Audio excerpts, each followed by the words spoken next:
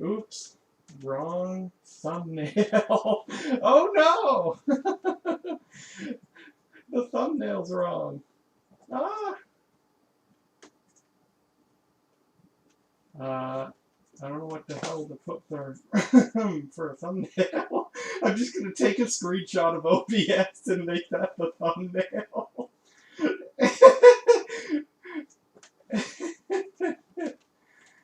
Oopsie. Ah, son of a...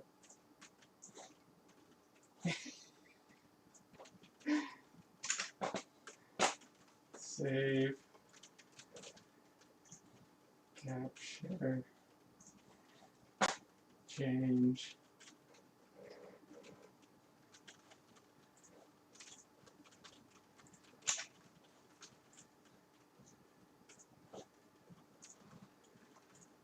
Ugh.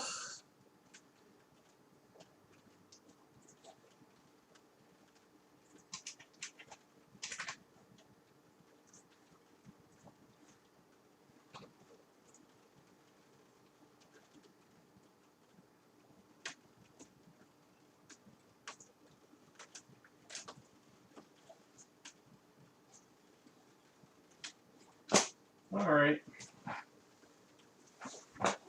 Webcam.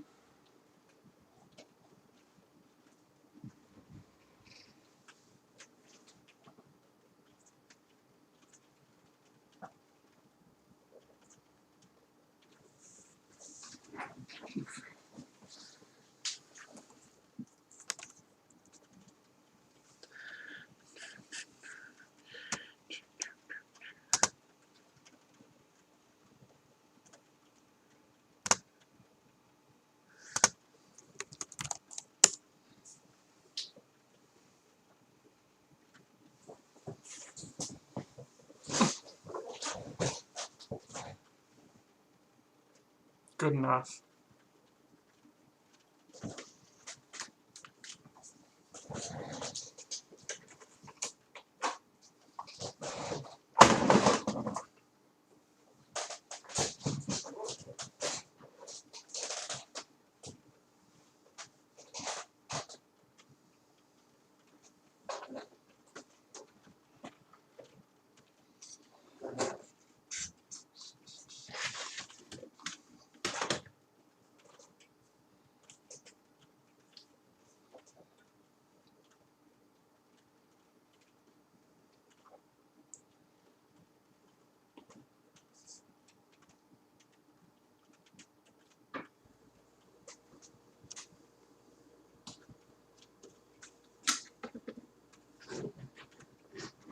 Hello.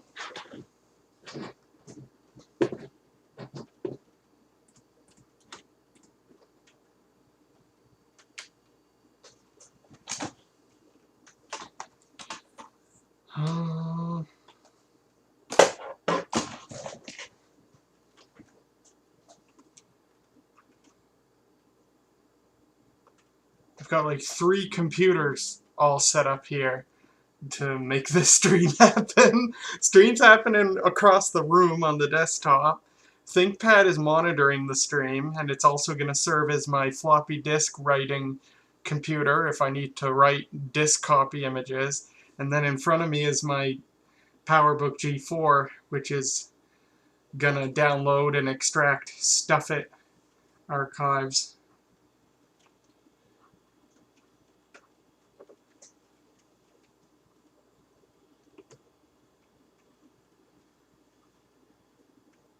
Hello, everybody.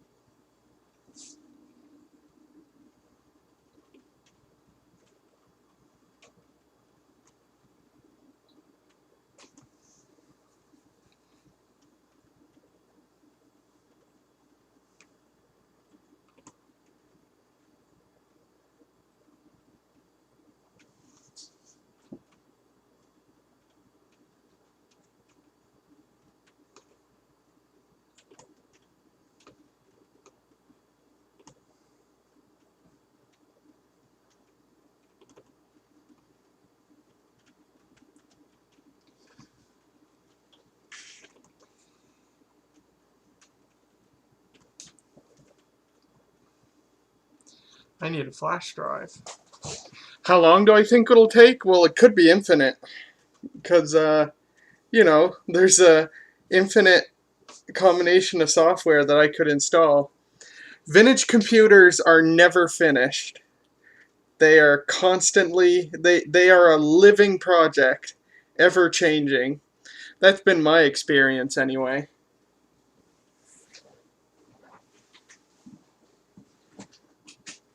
To answer your question, we'll go until I get tired, which will probably be like an hour and a half, 2 hours. Maybe longer, I don't know. It's been a long day. Oof. Oh, you know what? I need to install WinImage on this computer.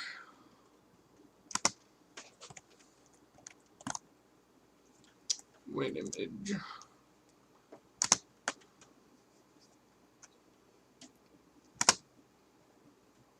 Ooh, my ad block's been updated. I'm thinking of moving to Adblock Plus, because apparently Adblock Plus can block more stuff, like websites that like are like, oh nope, you can't view this content because you have Adblock. Apparently Adblock Plus can get past that, so I might try Adblock Plus. What else was it that? Oh, I think Adblock Plus has an Android program, doesn't it? Maybe not. I don't remember.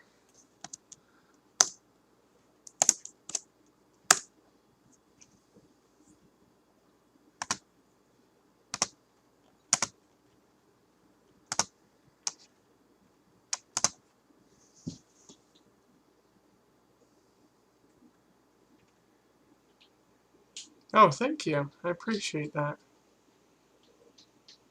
I can't wait to make the video of my G4, which is sitting down here beside me. I love it. I got 9.2 and 10.1 running on it. Of course, if you watch my live streams on Twitch, you've seen it, because we've been playing Max Payne. Well, we've done one successful Max Payne stream, playing Max Payne on that machine. I do hope to do more, I just don't feel like it right now. What was I doing? Right, WinImage. Got my USB floppy drive. That's a Power Mac G4. Sawtooth. Sitting right down here. There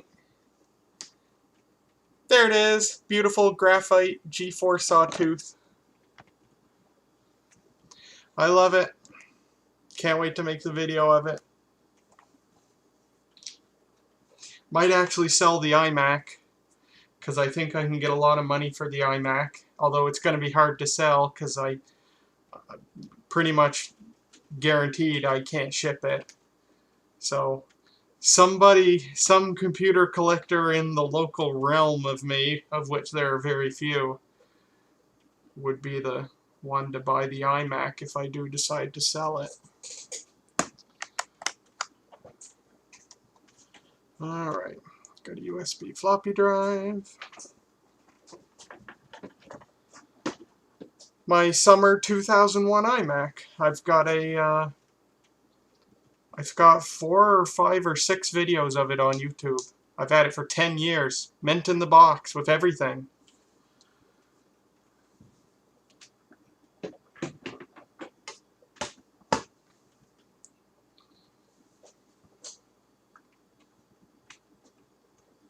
I just haven't made a video featuring it in like 5 or 6 years.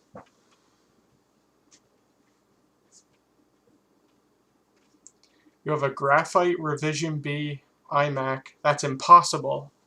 That doesn't exist. The Revision B iMac was Bondi Blue.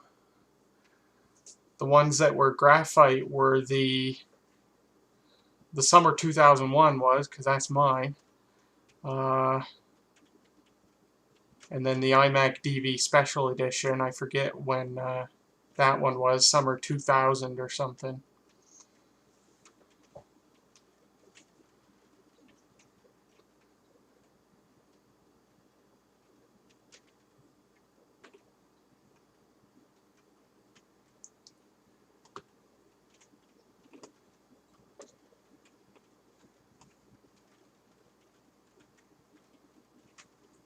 Hello.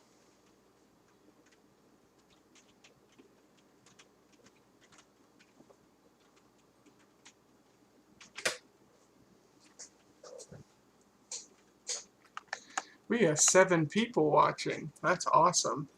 Right now I'm just kind of preparing to write some floppy disks.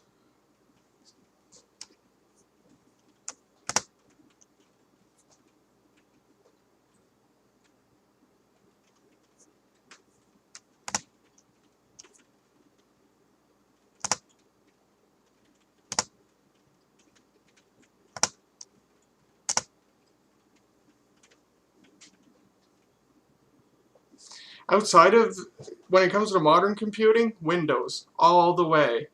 Modern Apple is, I just don't get along, well, it's not that I don't get along with it very well, I just prefer Windows. But when it's vintage stuff, I love both. Even before I ever owned my first Mac, I knew I loved vintage Macs. And now I've got 2, 3, 4, 5, 6 fully working, and then 1 parts machine vintage Macs. I'm pretty darn lucky to have that. I'll say this here because I'm live, but I'm still waiting for the other person to finish up whatever they've got to do on their end. But a trade is in the works that could procure me 3 more vintage Macs, which would be very cool. Not super old, not like 68K. Power PC machines, though. Laptops, specifically. My wallet's open. I've got the money. I've raised the money for it. I'm just waiting for him to get the package ready.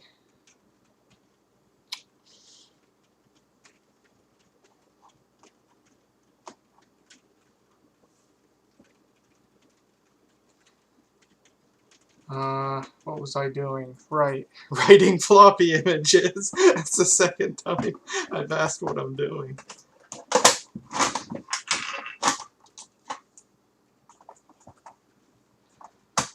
We got 8 people watching. That's great.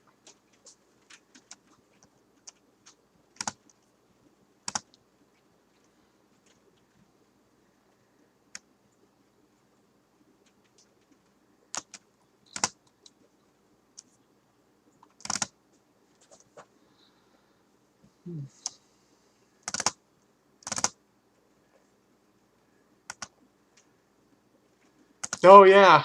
Oops. kind of anyway, used a term that doesn't really apply anymore. Although some women have wallets. My ex used a wallet. Sometimes I miss using a wallet, but not very often. Well, I kind of do have a wallet, but it's like one of those big women's wallets.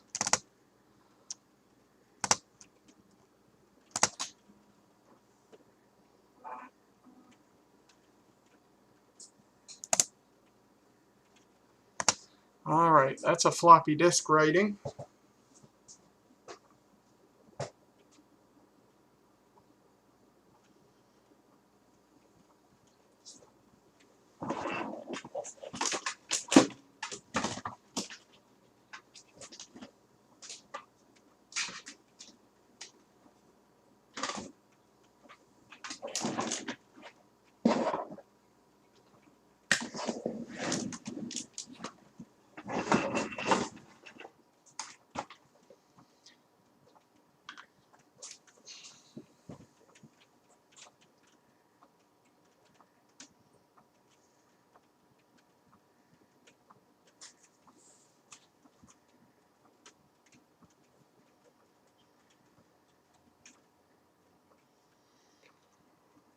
Ooh.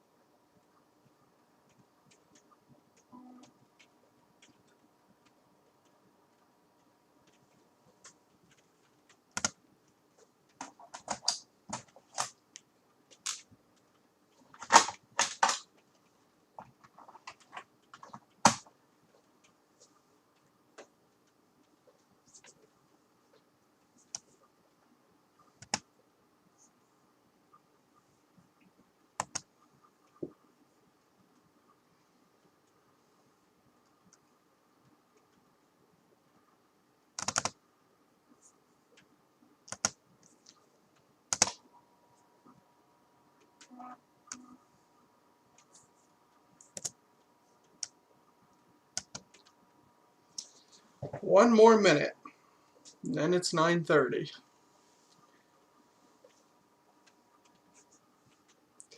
Not that there's any scheduled start time. Oh my goodness. Excuse me, I am yawning. It's been a long day.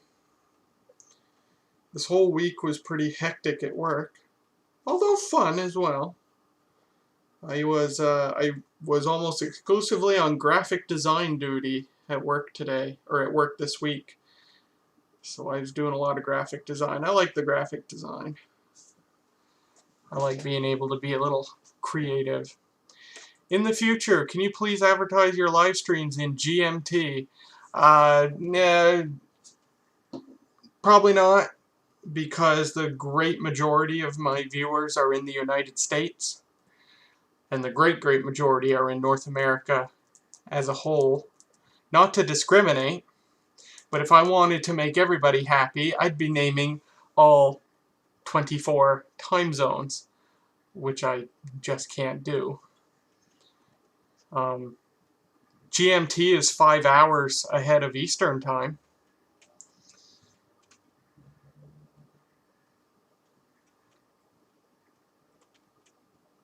Now you've got me thinking if I should. Or you've got me pondering.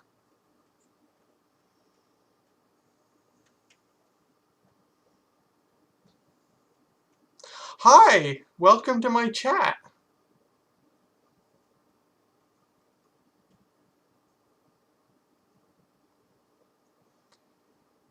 Wait, she wasn't even staying for the stream? But she asked if I could advertise him in Greenwich Mean Time? Greenwich Mean Time. Pardon the pronunciation, childhood habit.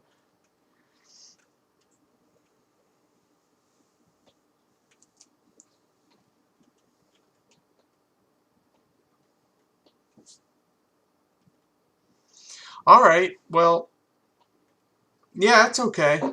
Appreciate you dropping by, though. So, it's 9:31 now, Atlantic time. So, if you didn't watch the video announcing this stream, the goal tonight is the hard drive in my Macintosh LC III, the video output of which you are going to be seeing on the screen, which is currently a test pattern. The hard drive died in this thing. I knew it was going to. So I've got another hard drive in it now. I pulled the 1.2 gigabyte drive out of my PowerMac 7200 because that computer doesn't have an established software base on it, so no big loss.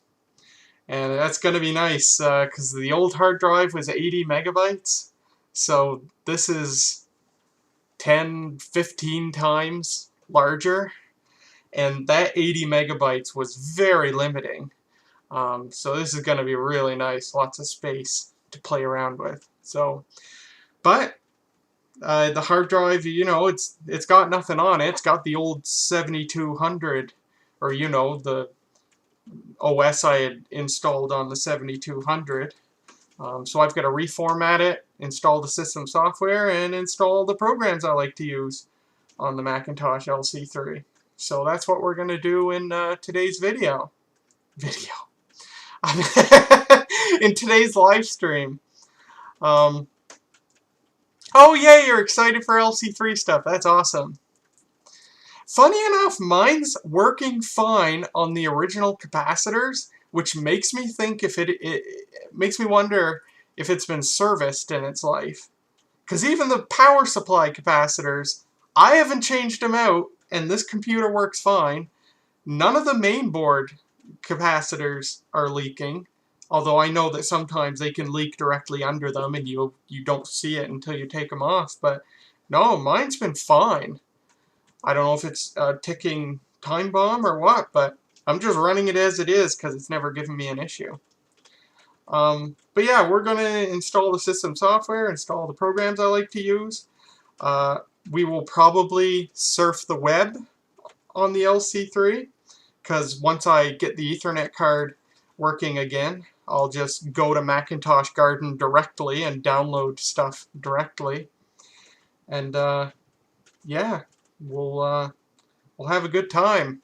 Maybe, hopefully not run into issues, but if we do, then we'll solve them together. So anyway, I've written a couple of floppy disks. I have the Disk Tools disk right here, which I'm going to use to format the hard drive before we install the system software. So let's go ahead and do that. If you know what this computer sounds like from the videos I've made, 2 videos I've made now in the past, it sounds different now with different hard drive in it.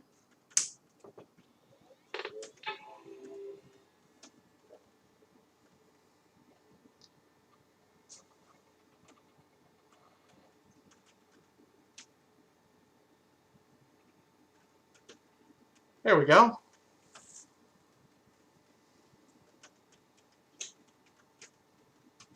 And I might have to adjust the monitor.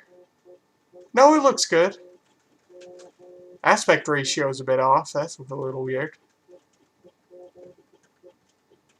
No, maybe not. It's fine. But we are now booting from the Disk Tools floppy.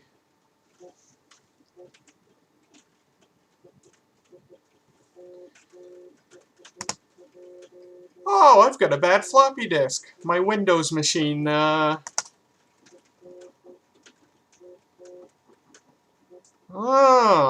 alright.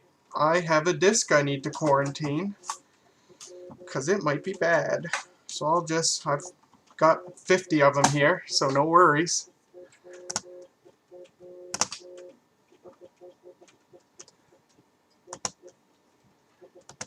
Oh, that chime was in most 68K Macs. It originates in the Quadras. The Quadra 700 and Quadra 900 are what that chime originates in. So it's generally called the Quadra chime because all the Quadras had it. The LC3 and LC3 Plus had it, as well as the LC475, which is just the education version of the Quadra 605. The Macintosh 2VX, maybe? I might be wrong. The 2VX might use the normal Macintosh 2 chime. The Color Classic uses it. Lots of PowerBooks, as you said, they use it. Many PowerBook 100 series machines. But yes, very common chime. I like the LC3 because it uses the Quadra chime. The LC and the LC2 use the LC chime, which is kind of a cutesy ding. Not ding, but, you know, kind of a cutesy chime. Although, oddly, one of the first Macs I ever used in middle school was an LC2, and I'm pretty sure it had the Quadra chime. So I don't know if it had a different motherboard in it, or if some LC2s had the Quadra chime. Don't know.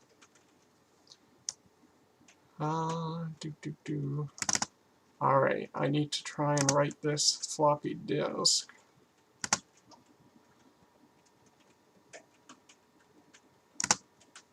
Alright.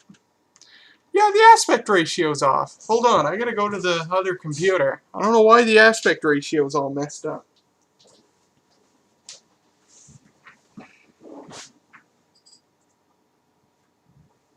Oh, it's my fault.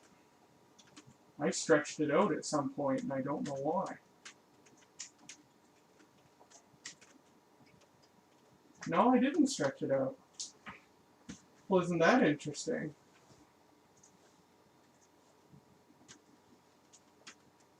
No, the aspect ratio matches up.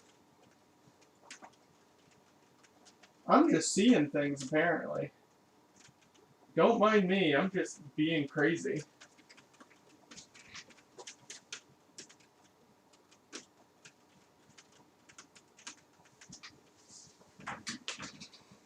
Just ignore crazy pants over here.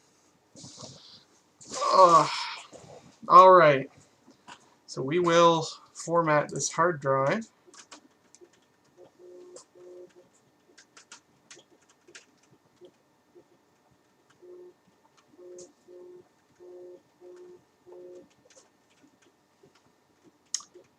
It found it. Oh, actually, we can read from it right here. Ah! Get out. So if I open it up here,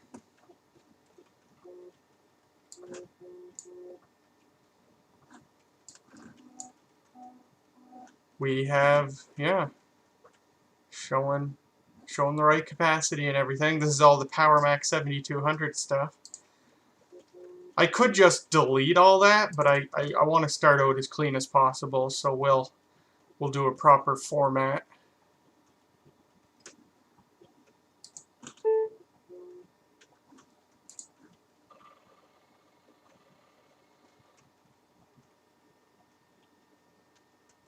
Hopefully it won't take very long, certainly shouldn't.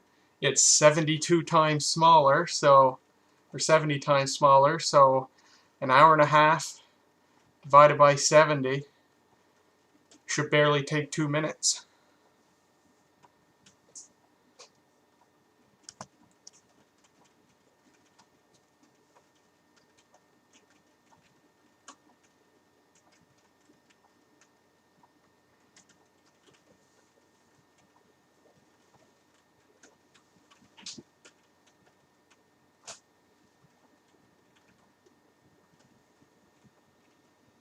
Oh yeah, I like how I still have a patched version of Apple HDSC set up on this hard drive from when because I used the 7200 in that video about doing that.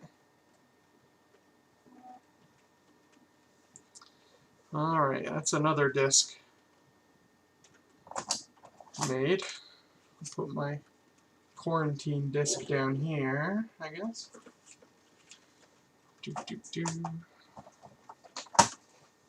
So that was the install me first disk.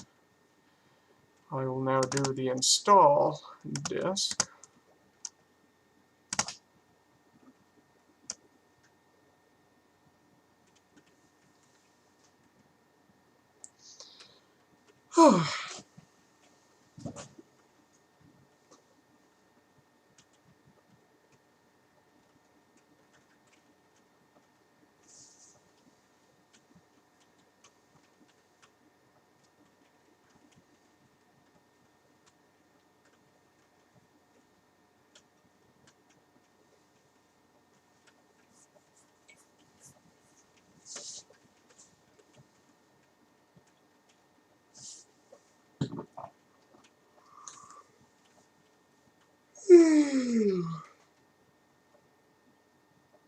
Pardon my yawning. I was not doing this half an hour ago.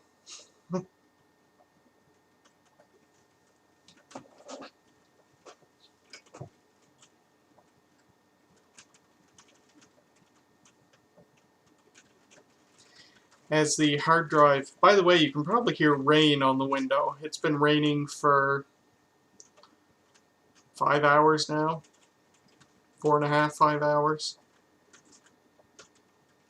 It was super dark on the way from work to the TV station because I had a show to edit tonight at the TV station. 4:30 when I left work, I had to turn my headlights on. That's how dark it was. 4:30 in the afternoon.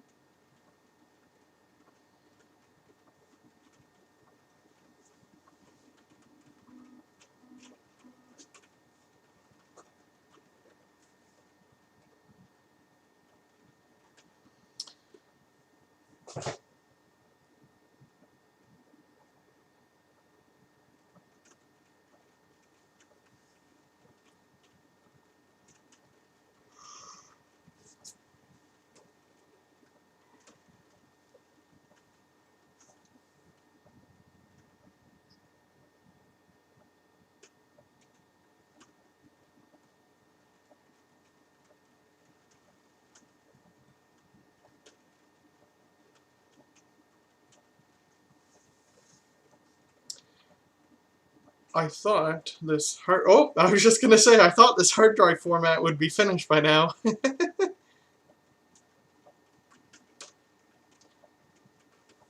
Hey, Luke.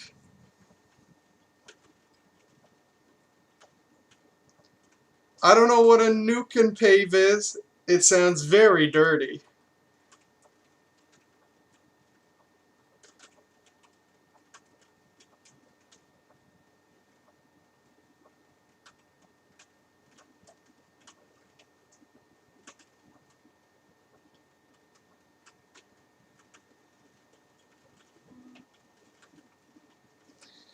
Alright.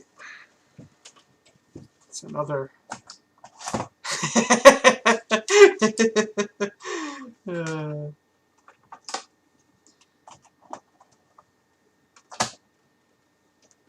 Oh my god, you and Dodgy Engineer both have me now reading that Crypto Bros taking the L.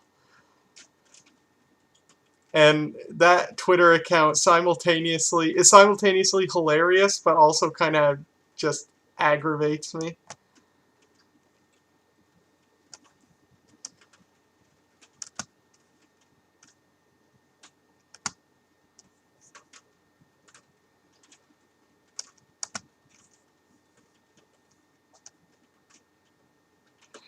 It's I feel kind of like I feel kind of proud of myself because like I hated cryptocurrency before it was cool to hate cryptocurrency, years before it was cool. I'm talking like 8 years ago. I was looking at Bitcoin and being like, what's the point? Now this is probably mostly because I didn't understand, and to this day still don't understand what the fuck is happening. Like, I have no idea how any of it works, except that your computer burns an F-ton of electricity to do the thing. I don't know what happens. But now that everybody hates cryptocurrency, I'm like, yeah, me first.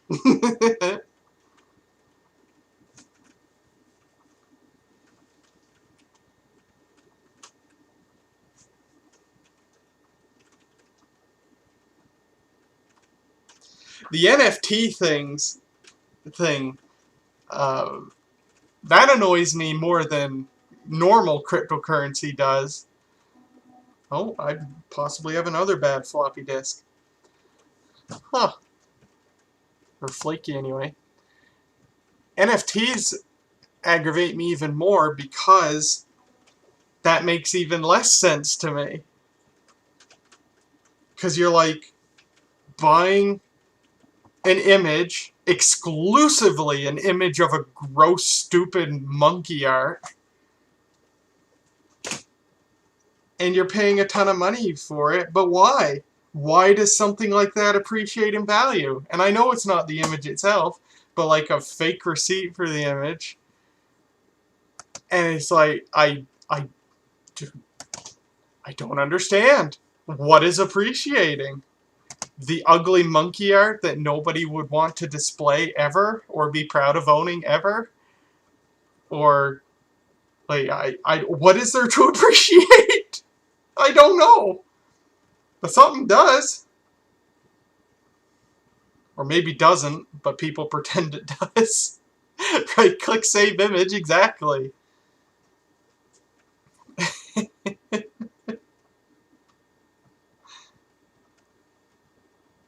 Oh, I used 2 of the same color floppy disks in a row. This isn't good. I'm sure it'll be fine. Hello, Sophia.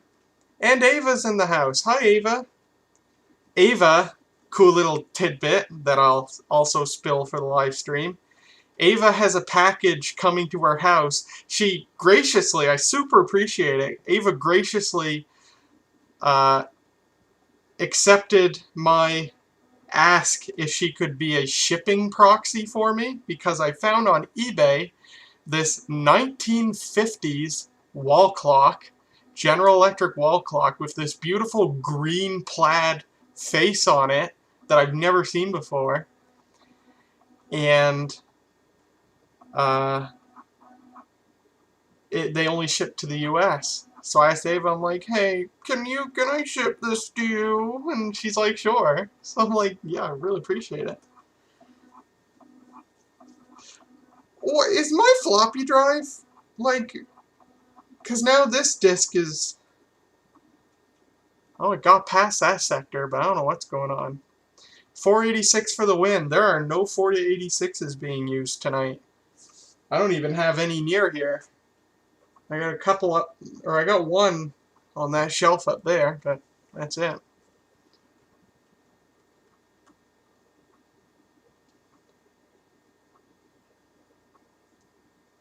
Yeah, Bitcoin's becoming a legitimate currency, or at least it has been on its way.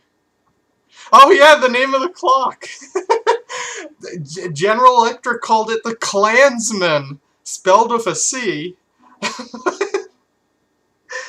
Oh, but the only image that evokes in my head is of white hoods. Of course, I believe if the word Klansman with a C is a reference to Scotland, because there were 4 models, all with plaid faces: red plaid, green plaid, yellow plaid, and blue plaid. Got to collect them all. All right, I'm gonna kill this floppy disk writing because it's not having a good time. And my hard drive is still verifying the format. This is taking far longer than I expected, so sorry about that. But that's okay, because I'm still writing system software floppies. Alright, let's try this again.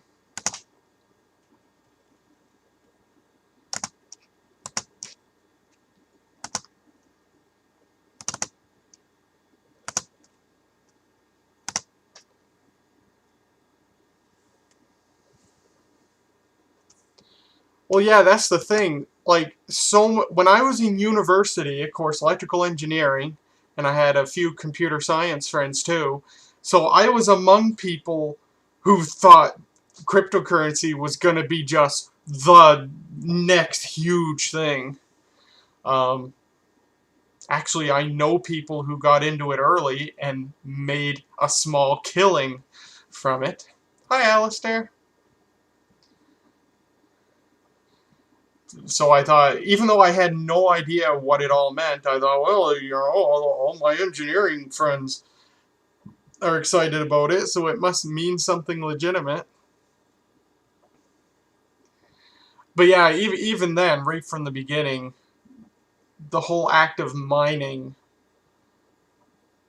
concerned me, especially once news stories came out of people going to libraries or their workplace or their dorm room where there's electricity they're not paying for and using that to mine and burning many kilowatt hours on mining cryptocurrency.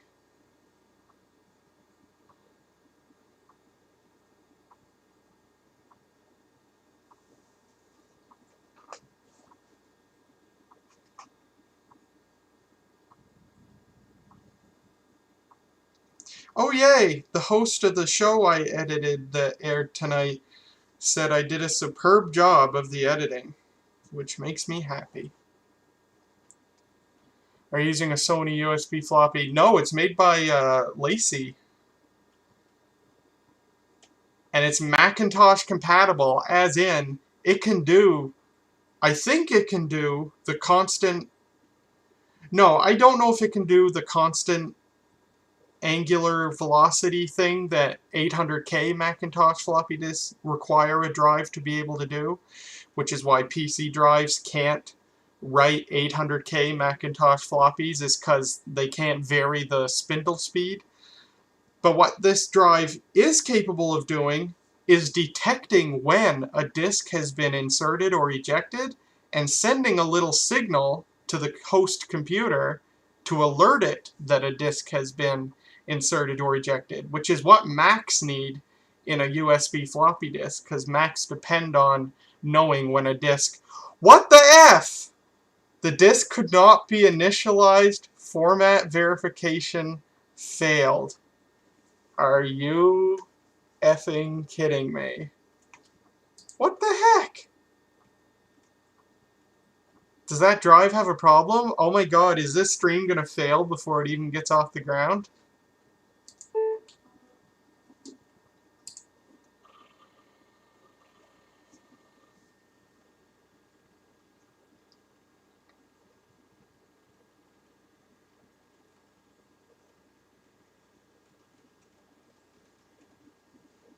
Anyway, it's a Lacey drive.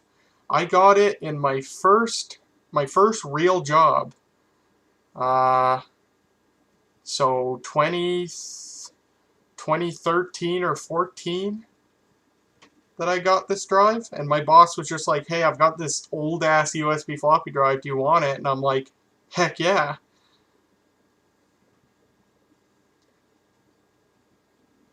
I didn't own any vintage Macs at the time. I had my iMac, but no real need for a USB floppy drive on a iMac. But it became very useful because all I had, you know, when I was living on my own in university, I didn't have a desktop computer with me. I just had a laptop, so I could use it, plug it into my laptop to make floppies.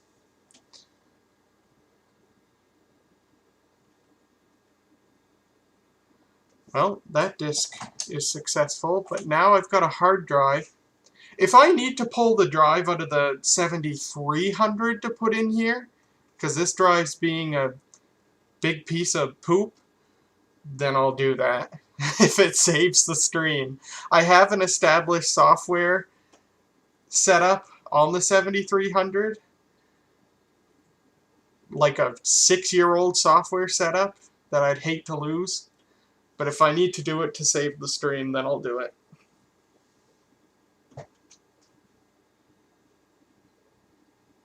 Writing Macintosh floppies killed 3 expensive USB floppy drives for me. How does that work? Because high-density Macintosh floppies and high-density PC floppies, there's no difference in writing them. I don't need I've got an IBM portable PC. I don't need a compact portable. I love my IBM portable PC. What I would like someday is either a compact portable 3 or a compact portable 386. The ones with the orange neon displays. I love those. I'd love to have one someday, but I won't place any bets on ever having one.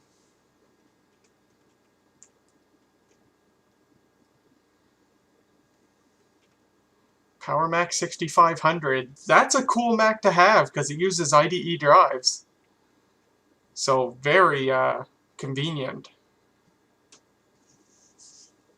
I think it's the 6500 that does. It's one of the 6000 series.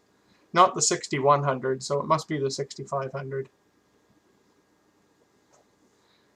You don't have to wipe your other drive just to play old Mac games. Well, no, I gotta... If the drive's in a Power Macintosh 7300 and I'm moving it to a Macintosh LC III, then yeah, I've got to wipe the drive. It's got macOS 8.6 on it, so it's not even the right format.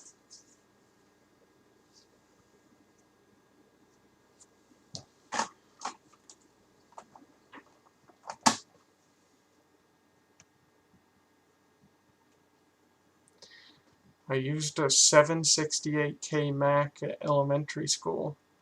What's that, like a Mac 512 with a 256K stick in it?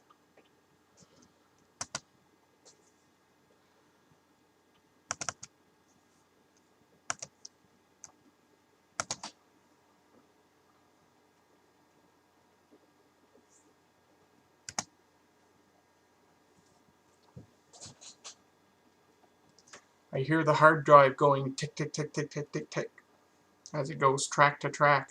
Oh, speaking of ticks and hard drives going track to track, boy, I accomplished something cool yesterday. So, I gotta fill time while I'm just sitting here with this thing waiting and the stream is grinding to a failing halt. This is my one MFM hard drive. It's a Kyocera KC20B. It's the original hard drive out of the Epson Apex Plus. And I've had the Epson Apex Plus for 10 years.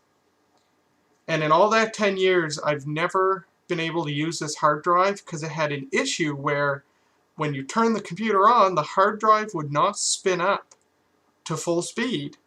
So it wouldn't do a seek test or initialize or anything. It would just spin up to a partial speed and then spin back down. And I always thought it was a lubrication issue. I even replaced some of the capacitors on the PCB, just, you know, grasping at straws trying to get this thing working. But in the end, I accepted that it was a lubrication issue, but it turns out it wasn't. What I did was, in a last-ditch effort, do-or-die effort, to see if I could ever get this drive working, I had decided, you know, it was either going to work after I did this or I was going to throw it away, so I had nothing to lose. I completely disassembled this hard drive. I took the platters out of it.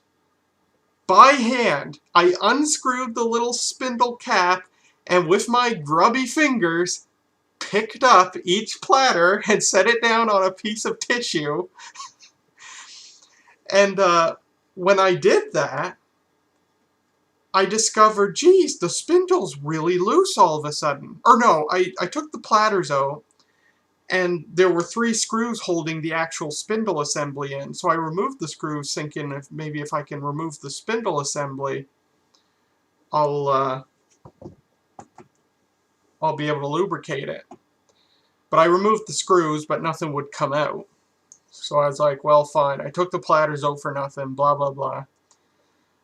But after I took the screws out, I spun the spindle, didn't put 2 and 2 together at first, but I thought, geez, that spins really nice all of a sudden. So I put the platters back in and reassembled the drive and put power to it, and it spun up. And it did a seek test. And I forgot to put the screws back in the spindle assembly. And so what I think, and the drive's been fine since then. It now spins up. No issue. And I think what was happening was, over the decades, because it's a 32, 33-year-old drive, I think the casing of the drive warped, you know, just enough. You know, all you would need would be a few micrometers. The case of the drive warped just enough that it produced like a shear force on the spindle assembly that the bearings in the spindle assembly could not account for. So there's extra friction there. And when I took out the screws, all of a sudden that relieved that shear force, and now it's working. The spindle assembly is being held in entirely by friction because I don't want to disassemble the drive a second time to put those screws back in. But yeah, if I put power to that drive right now, it would spin up and do a seek test and be fine. So possibly, for the first time in 10 years, this drive's going to be usable. And if it is, I got to do a low-level format, because the platters aren't going to line up with each other anymore, so I absolutely need to do a low-level format. But after that, it might actually work. If it does end up actually still working, then I'll put it to use, either in the Epson Apex Plus or in the IBM Portable PC. Probably the Epson, because I don't want to dig into the IBM Portable PC. That computer's a pain to get inside. But yeah, that's something really cool I did. Oh, the SLT 286. That's a cool computer. Like a half laptop, half luggable.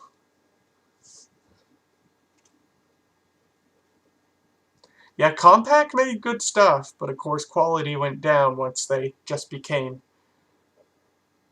HP's twin brother.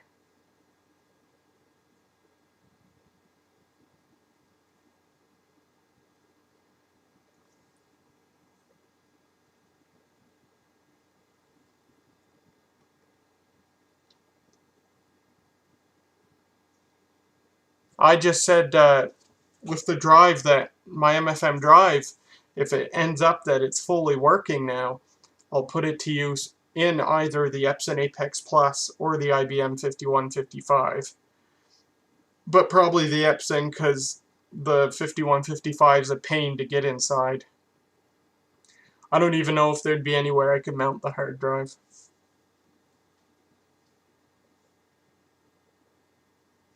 I am hoping... I'm now regretting initializing the drive. I should have just deleted everything off it. But hey, maybe there's an actual legitimate issue with the drive. You know, if it fails this verification.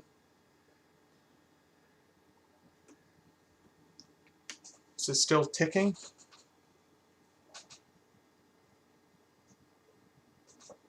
I think so.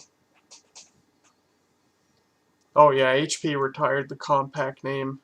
The last compact branded laptop I remember seeing, or the newest one I remember seeing, was like 10 years old. I actually have a hard drive in the 5155. I got an XT IDE card in it, and I've got an IDE hard drive in it. It's mounted in the bottom floppy bay. But because I had nothing suitable to cover the opening of the bottom floppy bay, and I'm so stupid for doing this now, because now I have a hot glue gun and I should have just hot glued it, but I used JB Weld to stick a black plastic cover over the opening. I don't think there'd be any permanent damage if I ever needed to remove that. It does look ugly though.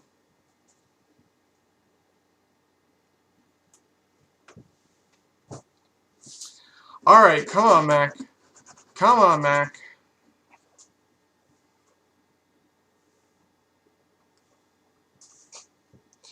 So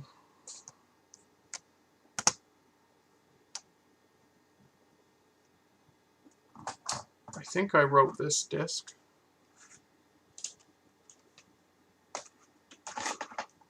Kind of hard to keep track now, between the talking and everything else.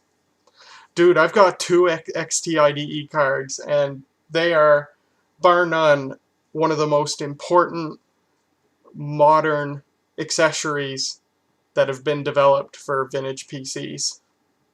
Such an important tool for getting XT and AT class computers running. Built, hand built, both of mine, or hand soldered, both of mine. They both worked first time.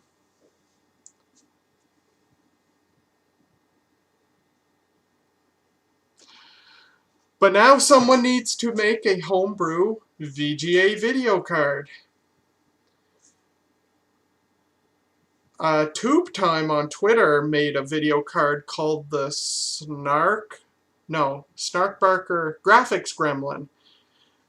He made the Graphics Gremlin, but I think that's IBM PC Junior graphics, like Tandy graphics. I don't think that's VGA.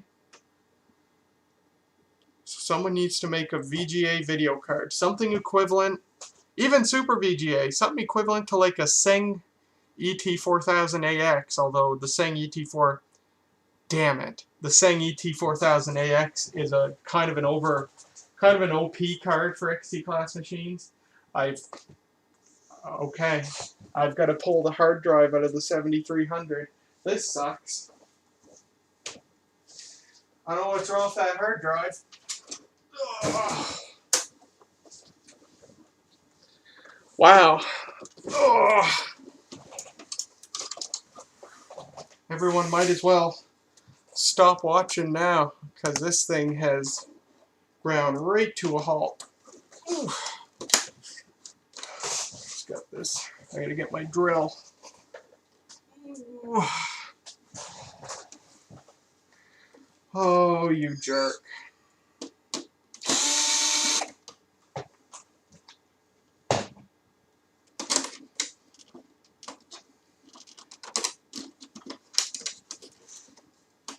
My 7300 has this security bar doodad on it.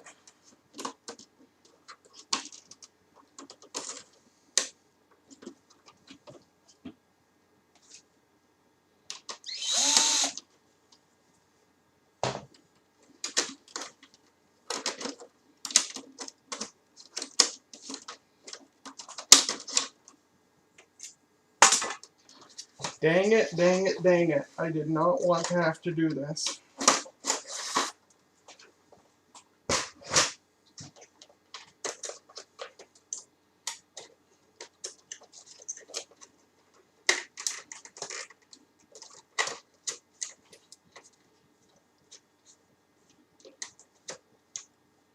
Oh! I thought the 7300 had a 1.2 gig drive. This got a 2 gig drive in it. Okay. Well, I've got no choice if a 1.2 gig drive won't format. I do have another 1.2 gig drive, but it's at Mom's house. Alright. Get out of here. Oh yeah. Vintage Computing really decided to bite me today.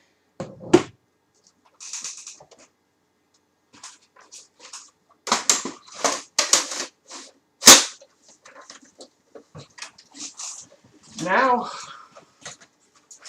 this kind of sucks because now I'm going to have a 2 gig drive, which is kind of no, not preposterous. It's kind of big for a computer of this age, but whatever. At least it's an original Apple drive.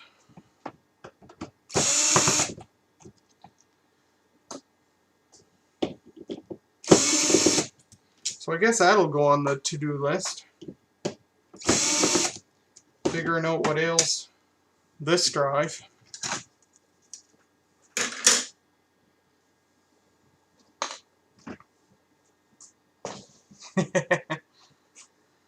Alright.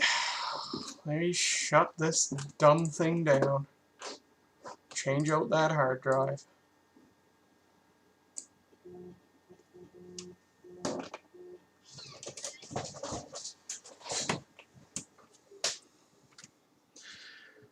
I'm gonna move my power book.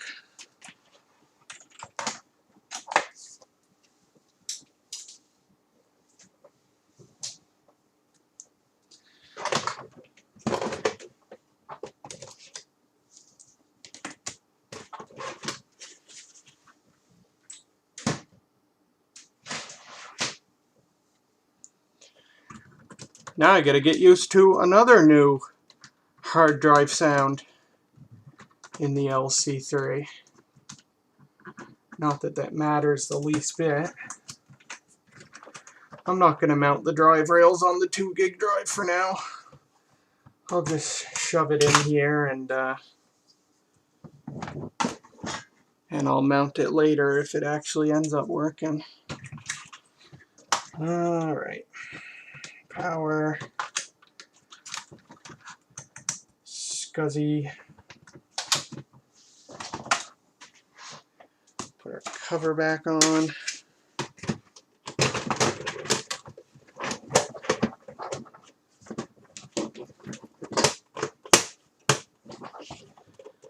Alright, contact.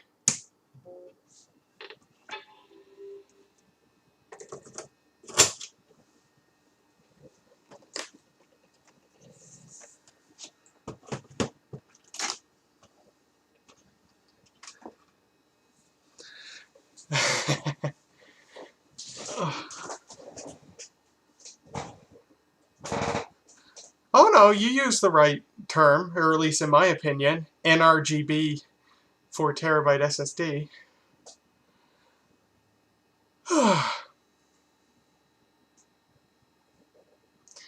1 terabyte SSD? Yeah, that's possible. There are SATA to SCSI adapters.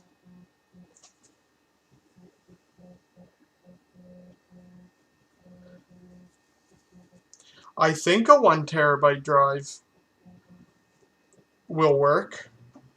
Maybe it won't. Maybe the sheer size wouldn't allow it to work. I don't know. While I don't have a 4 terabyte drive, I do have this 4 gigabyte Seagate Barracuda SCSI drive. This came out of an external SCSI enclosure that I have, which I'm now housing my 72 gigabyte converted SCSI hard drive in. Because pretty darn useful 72 gigabyte external SCSI hard drive, right? So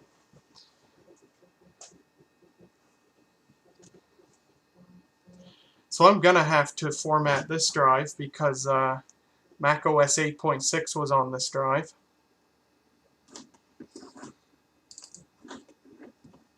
So it's formatted in HFS plus, not HFS. So you can see it's not even showing up.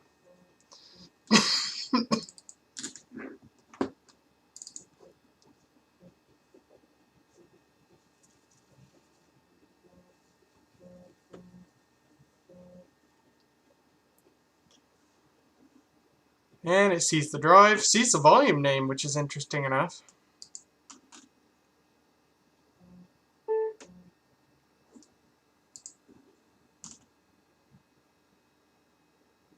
Oh my God.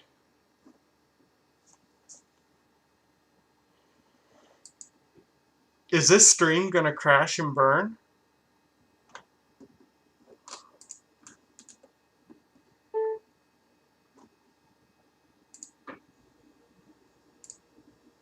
Alright, I gotta think.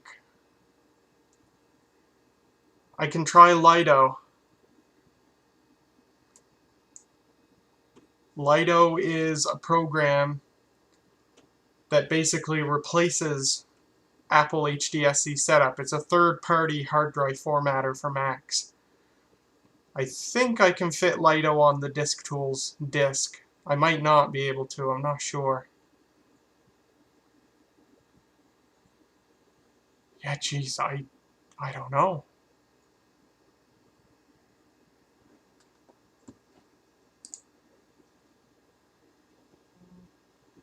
Is the OS and ROM? No, I'm running off a floppy disk.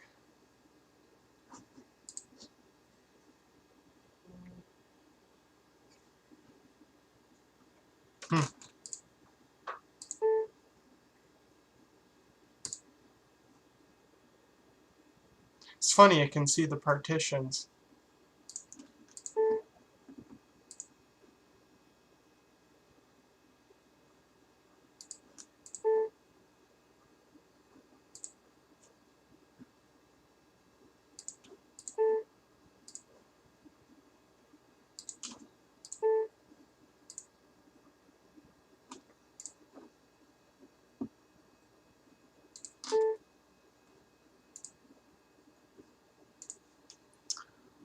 Alright. I need to throw Lido on this Disk Tools disk. Problem is, as soon as I put this floppy disk into my USB floppy drive connected to the PowerBook, the PowerBook's gonna put stupid Mac OS X system files on the disk that are gonna use all the space. Frick. Alright, hold on. I'm using the PowerBook. I'm gonna see how big Lido is. Lido.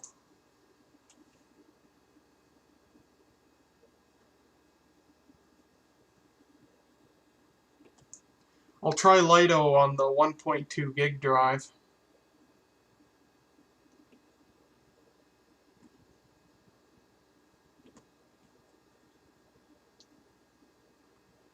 Problem is, see, I can't eject the floppy disk. Ooh, does the zip disk work? Let me see if the zip disk shows up when I put it in. I do have my zip drive hooked up.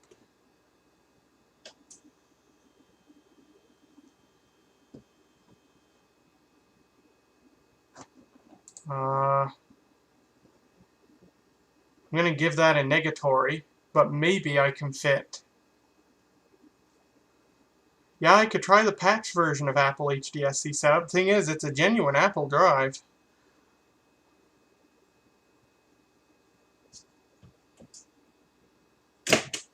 Maybe if Lido won't fit on the Disk Tools disk, maybe an iOmega driver will. A zip drive driver.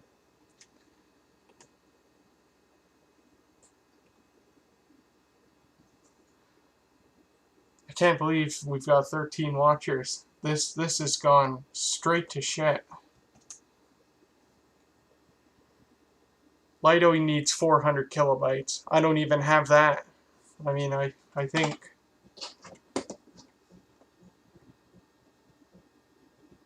Disk first aid? I think that's just for... No, maybe that is for hard drives. I guess it would have to be. That's kind of the point of the Disk Tools disk, but I think... Yeah, it just sees the floppy drive.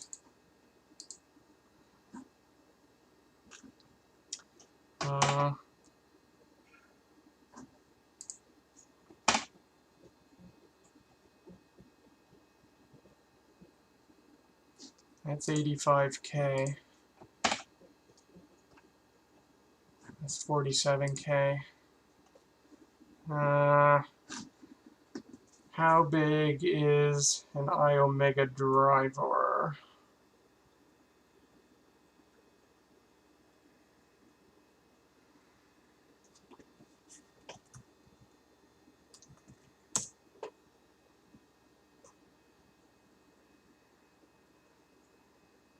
Except this all would have worked just fine with this all would have worked just fine with if that drive hadn't have decided not to work for no reason. I could hook up. I've got an external SCSI CD-ROM drive here. I could hook that up, boot system 7.6 on a CD-ROM, and then my floppy drive is free to use whatever tools I need to use. Maybe that's what I should do.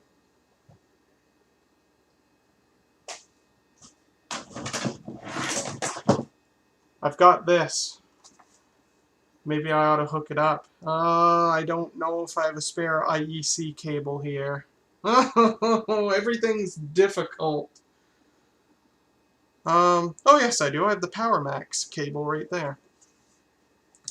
How big is an iOmega driver? If it's less than like 100K, then I can use it. Ooh, 46K. That's as a Stuff It archive, though.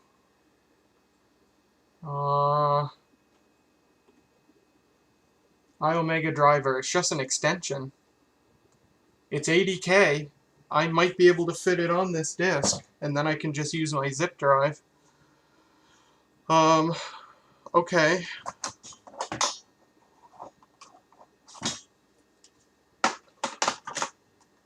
Of course, the whole point of this was to not have to use modern tools like a CD-ROM.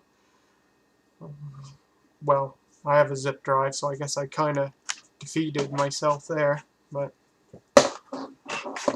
okay, I'm plugging my USB floppy drive into the PowerBook.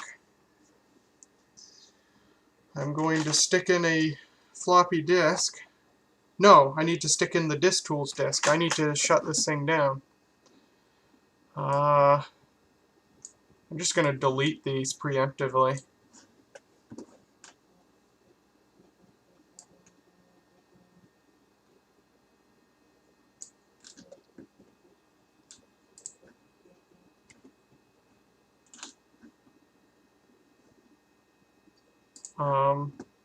What's in use? There's no Oh, it's still running. Okay.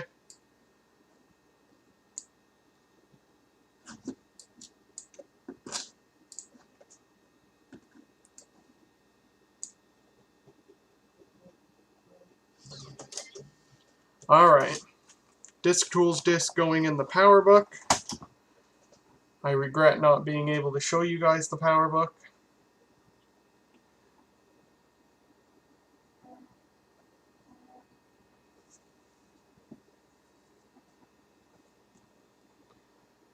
And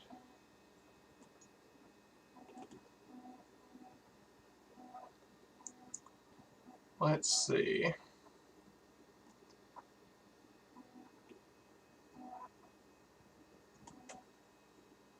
Oh, there's not enough space after Mac OS X put its stupid crap on the disk. It's continuing to load useless crap on the disk. If I had my Power Mac set up here, I could boot into macOS 9 and then avoid all this, but, alright, it's, CD-ROM drive time.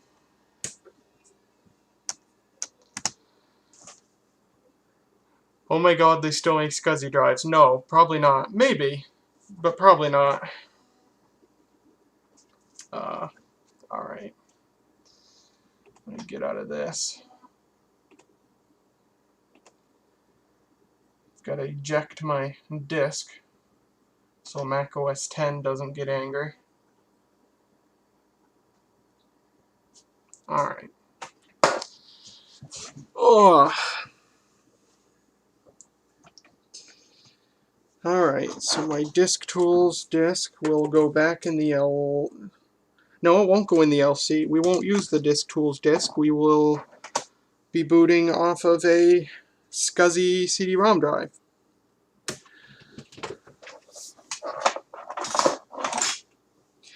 Wow, this place is such...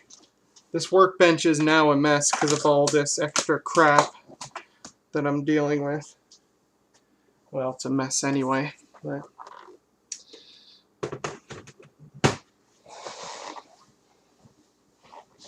SCSI cable.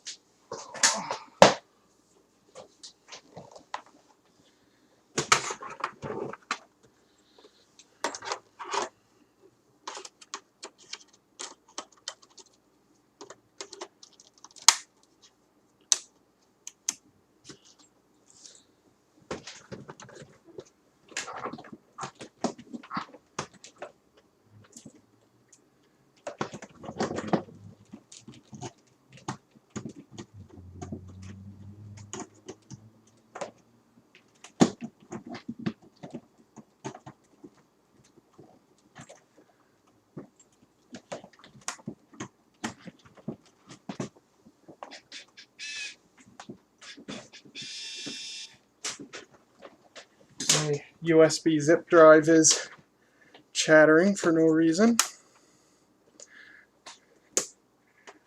I don't think you were here, Luke, when I made this announcement earlier in the stream, but I'm currently working out a deal with somebody who's going to send me 3 vintage Mac laptops, which, if it works out, is going to be amazing. It's going to make things so convenient. Alright. Turning on the USB, yeah, the SCSI CD-ROM drive. And that power cord doesn't go anywhere.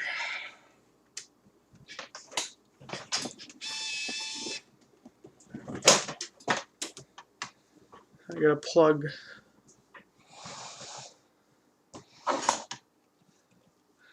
Are you sure they're SCSI and not SAS? Serial attached SCSI? I gotta find a place to plug this in.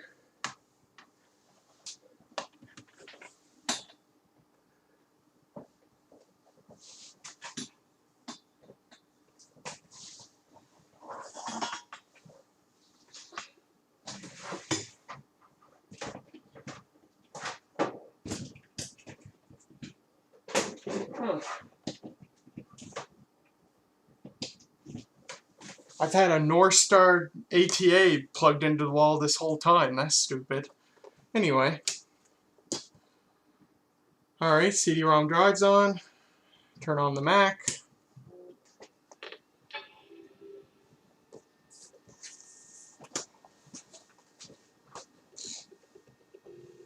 Oh, I was going to switch the hard drive back. Right.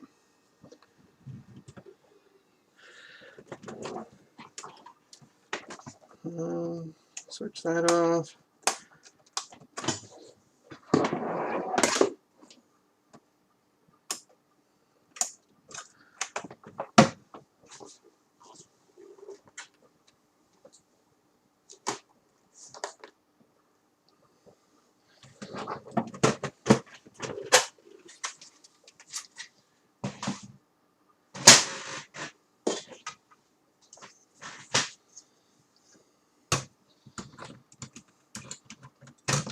Oh, and now my back's starting to hurt. Welcome to a regular Friday evening with Flo. hours of this crap.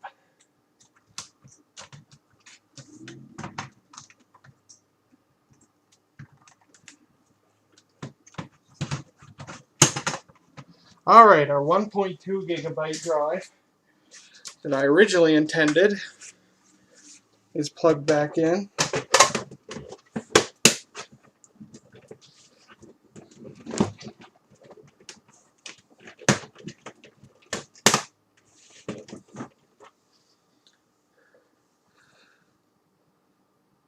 Oh wow, that's crazy. I suppose it would make sense for like industrial equipment that's still in use.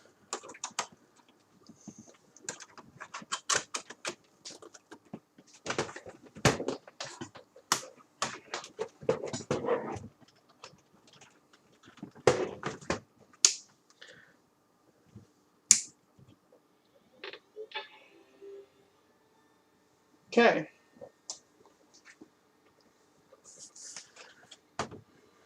Now I gotta hope this CD-ROM drive works, because I have two of these and I can't remember if both work.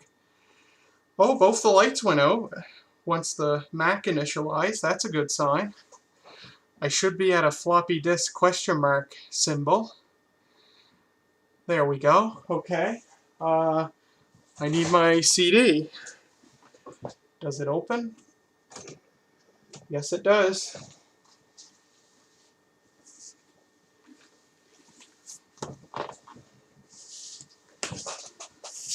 And actually, assuming this works and we boot into System 7.6, I'll just use Apple Drive Setup to see if that'll format the drive.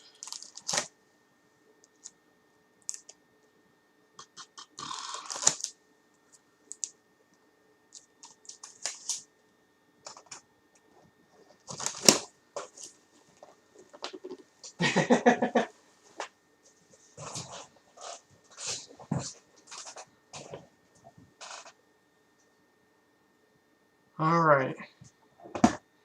Oh, you know what I just thought of? It's not an Apple Drive. Mac's not going to boot from it. I wish I'd thought of that before I went through that whole rigmarole.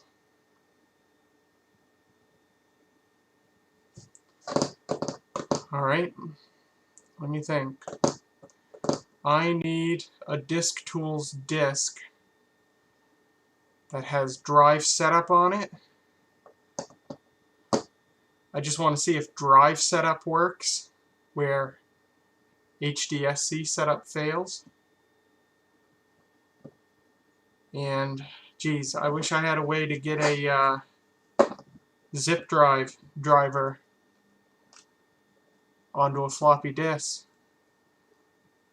But the Mac just loads up the free space on the floppy drive with frickin' Mac OS X specific system files.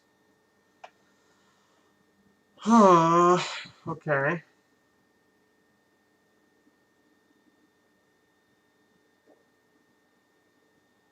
Trying to think.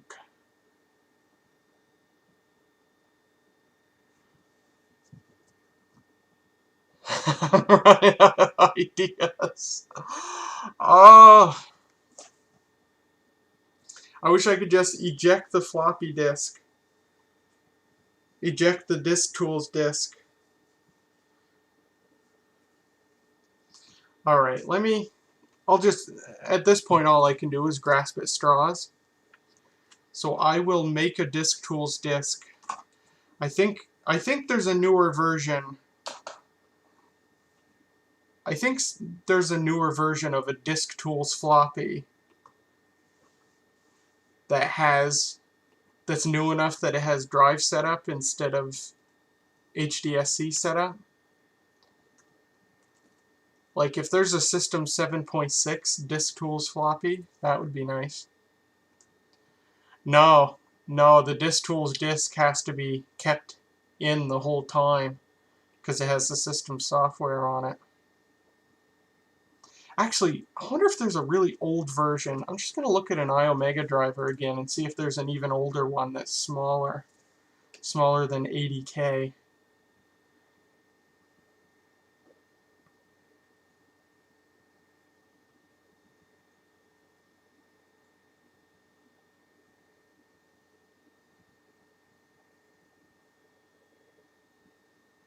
No, looks like I got the oldest version.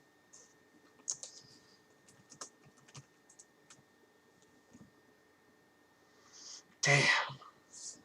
I'm almost wondering at this point if I should just cut my losses and just by myself fight with this 1.2 gigabyte drive and see why the hell it won't format.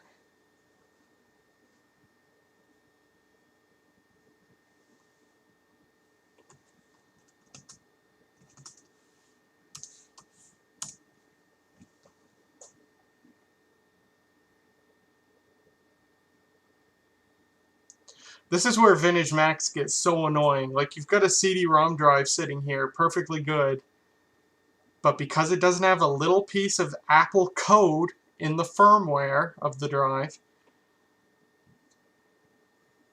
computer won't boot from it.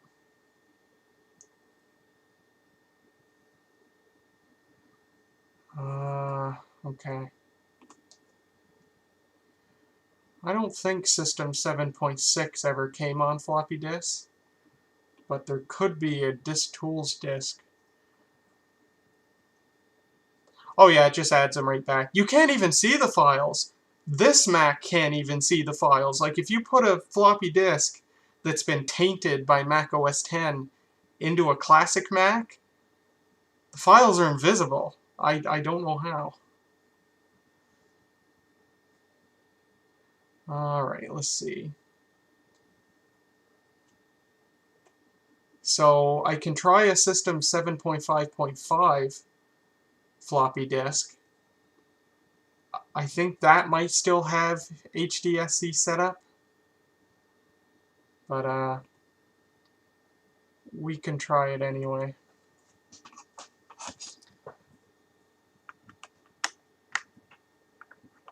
Command-Shift-Dot shows hidden files. Really? So maybe I can force delete the garbage that Mac OS X puts on it.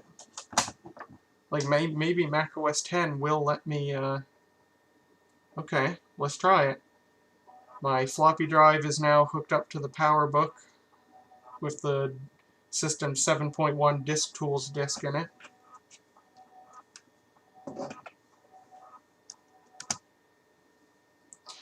Got a virtual machine of OS 9?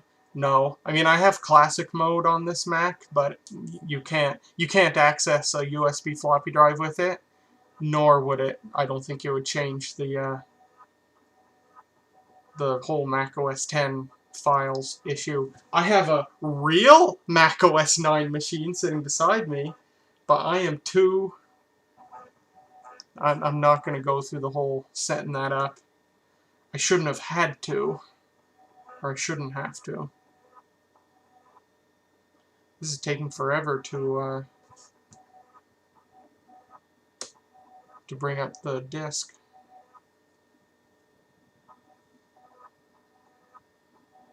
Hi, Shadow.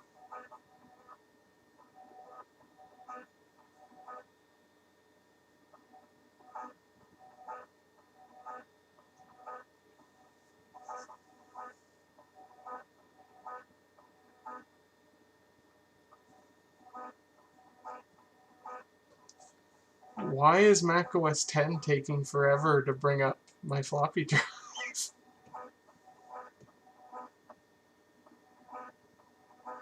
It's just war-seeking the disk.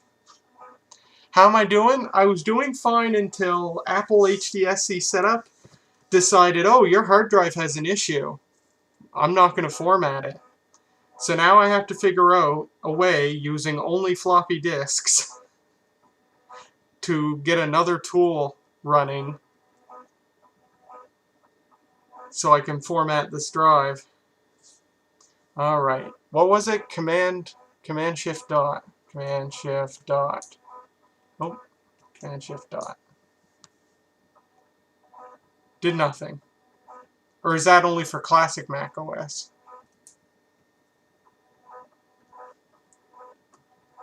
But it didn't work in this case.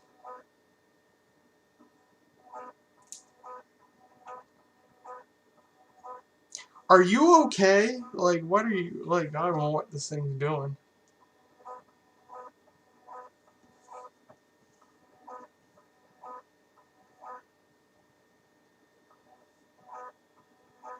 Yeah, I think this drive's got to be lubricated. I don't think I've ever lubricated it. Oh, this is running 10.4, so if it's for a newer version, then probably doesn't work in this case. Okay, I'm just... screw this. Yeah, I've made Mac OS X angry. I'm just going to write a System 755 disk tools and disk.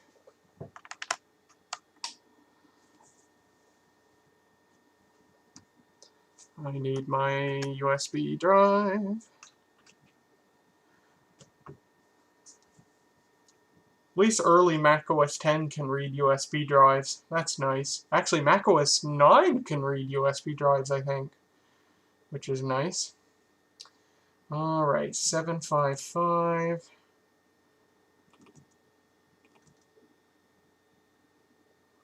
Net install.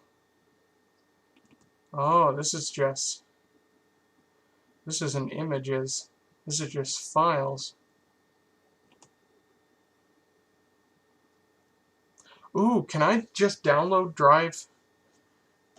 I probably broke that Disk Tools disk. Oops, pardon me. I'm just going to see if the LC3 will still boot from this disk.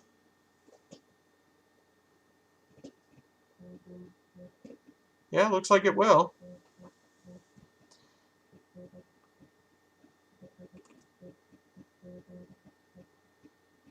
Because maybe drive setup is small enough that I can just throw drive setup on. If drive setup will work on System 7.1.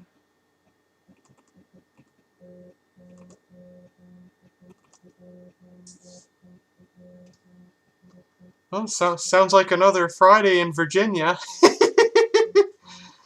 Nah, I joke.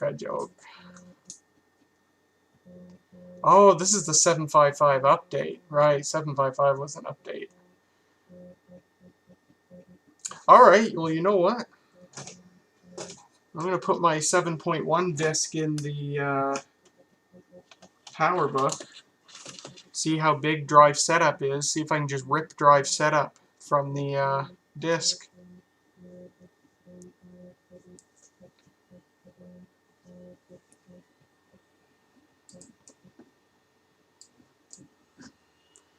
See, there's nothing new on this disk, but now it only says 66K available.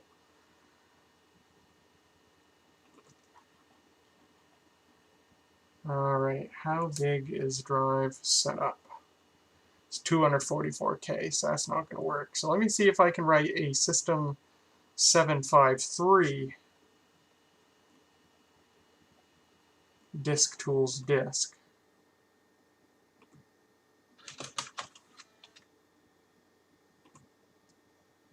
We have 15 people. This is the most people that have been watching. I don't know why, because this stream has crashed and burned already. It's been dead for half an hour now.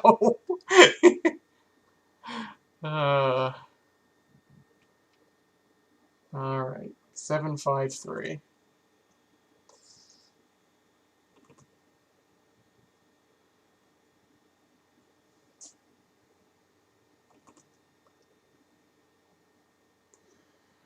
Disk Tools, where are you?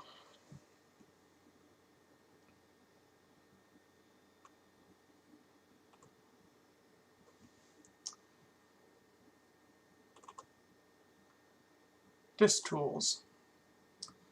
Throw that onto my flash drive. Eject my flash drive. Put flash drive in ThinkPad. You'll be happy, Ava, to know that I'm using the T440p tonight. Still haven't put Windows 11 on it.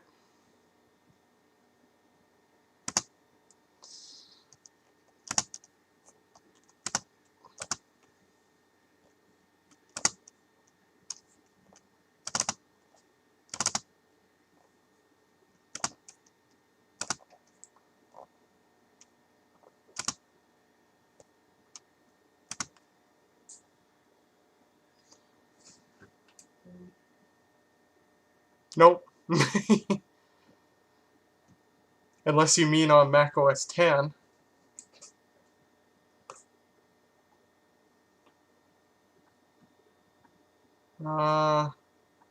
There's a view options setting. Nothing about hidden files though. No, I haven't touched it yet, but I do intend to put it on this ThinkPad because I still gotta make the video about this ThinkPad, and I figure as long as I don't have any computers running Windows 11, and as long as I have to make a video about this ThinkPad, then I might as well put Windows 11 on the ThinkPad, and then I can review them both together.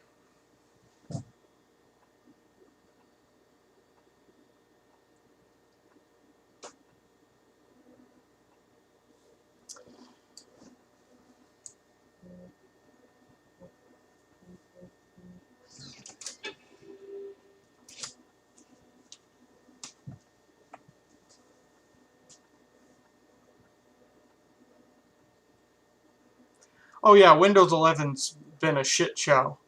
Microsoft lied about everything. They said we would never be able to circumvent the system requirements. The lady that somebody interviewed for Microsoft, the lady literally said, "Sucks." But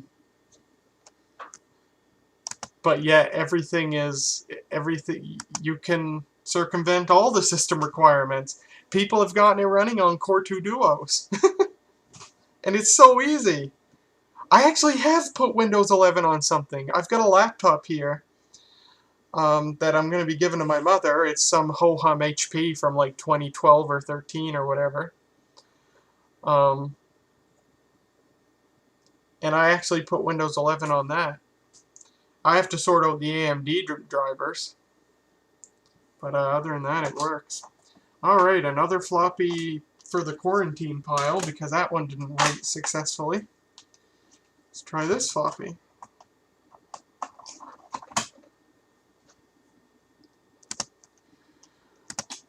Oh, I'm so tired. I was excited. I've been waiting all week to do the stream. I'm like, every day I'd come home from work and I'm like, oh, I really want to stream, but I'm tired. And then Friday today comes along and I'm like, oh, I really want to stream. Okay, I'm going to stream. And then everything that could work against me has just worked against me.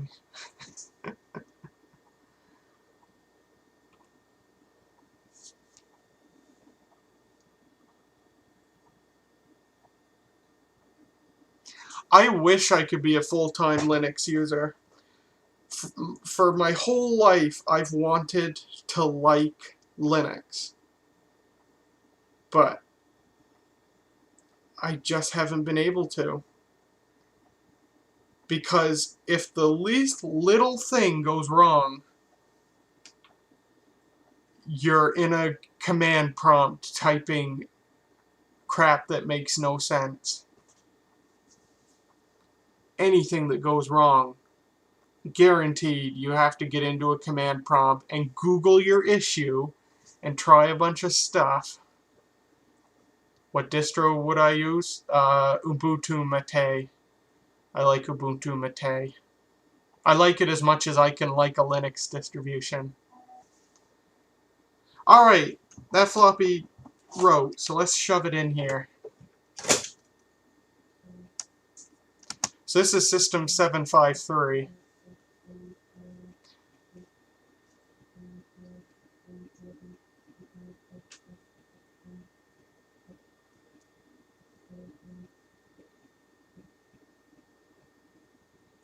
So we should get a Mac OS splash screen. Maybe not on a DistTools disk.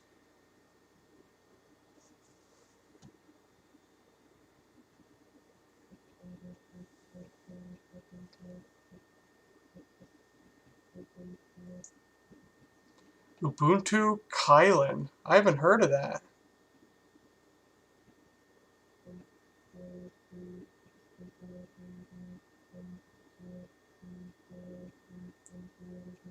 Oh, we do have a loading bar, though.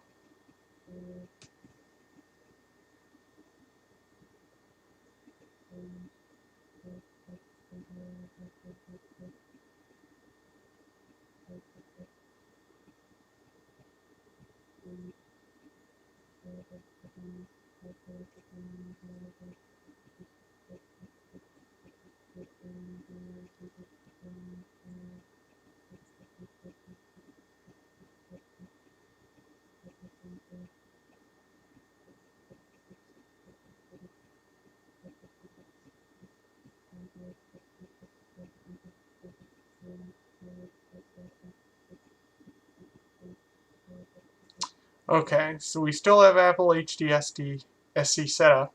We got 100K free. Is System 753 actually smaller than System 7.1? I didn't expect that.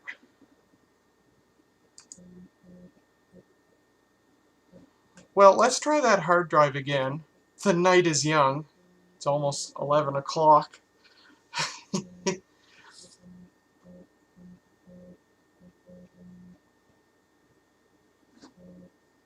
Disk is uninitialized.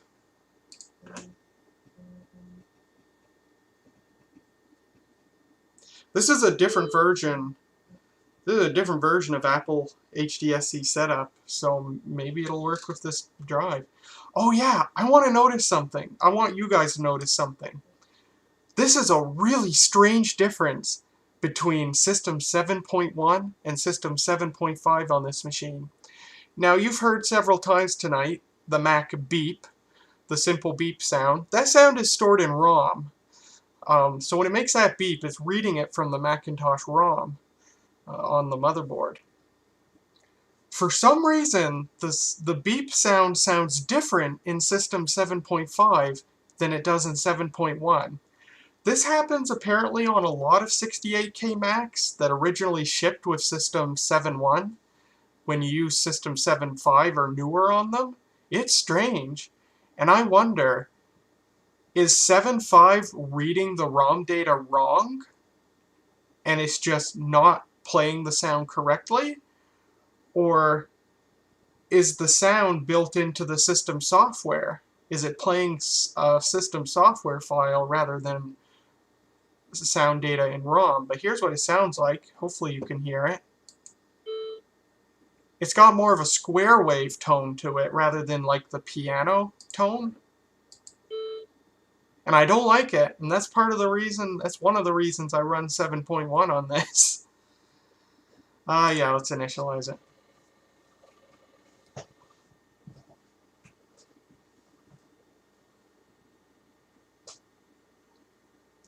I'm probably one of the only people in the world who noticed something like that. Who noticed something like that and can hypothesize why it's happening.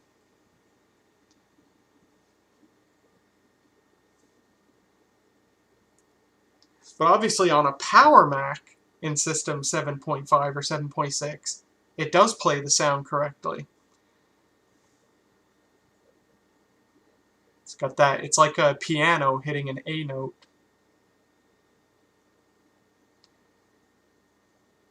Yeah, I know the sound's part of the ROM. I'm just wondering like why it sounds different on this computer in 7.5 versus 7.1.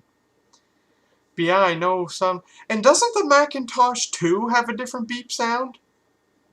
Isn't it like a really gritty sound that the Macintosh 2 has for a beep?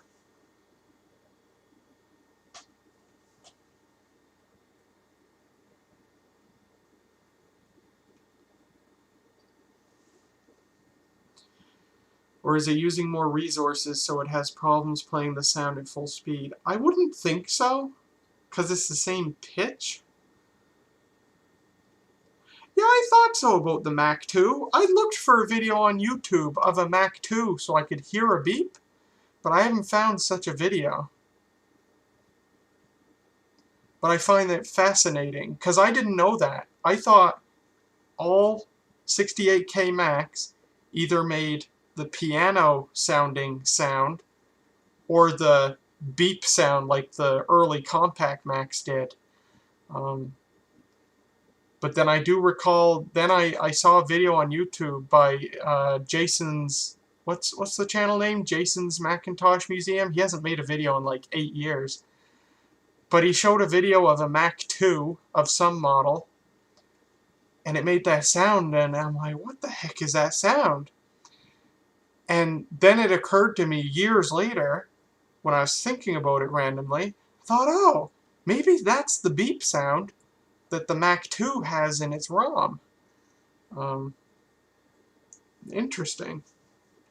And of course, newer Mac 2s, like the 2SI and possibly the 2VX, they still have the old Mac 2's startup sound, so I wonder if they have the old Mac 2's beep sound as well. Yeah, I hope this is working too. I mean, if it doesn't work,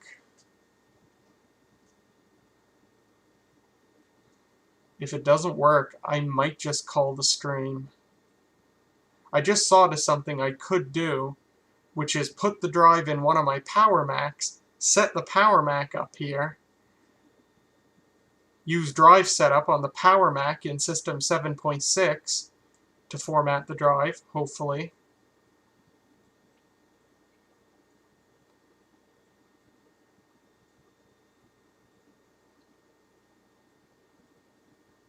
PowerBook 1400C? That's a PowerPC machine. That has a different... Does that have a Mac 2 style beep? Yeah, I know it's a ROM thing.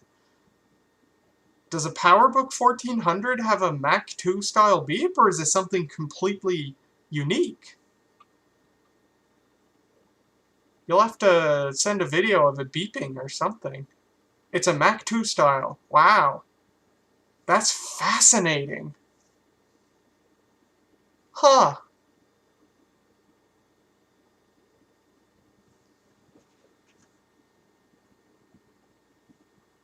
Huh. That's fascinating. Now I gotta look at a video of a PowerBook 1400C starting up.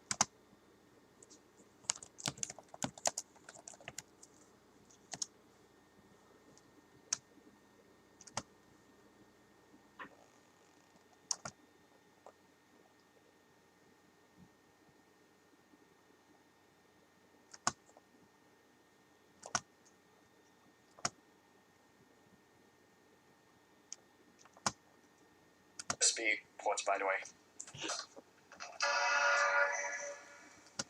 This PowerBook 1400C has a PCI Power Mac startup sound. Oh, that's a 1400CS. Is that different?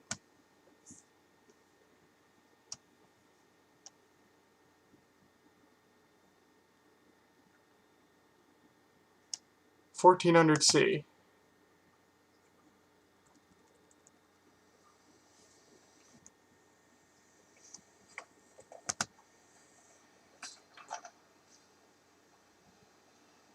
That one didn't have a startup sound at all.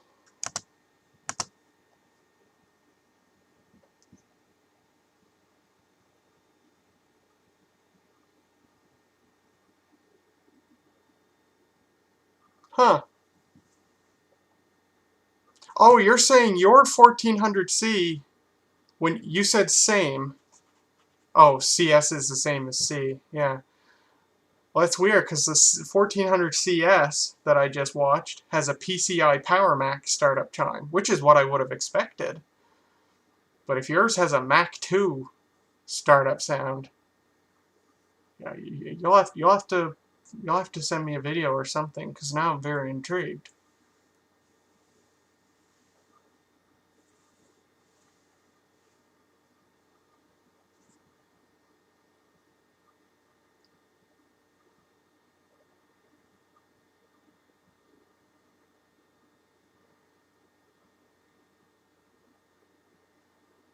Oh, it's a PCI Power Mac startup sound, but it has a Mac 2 beep.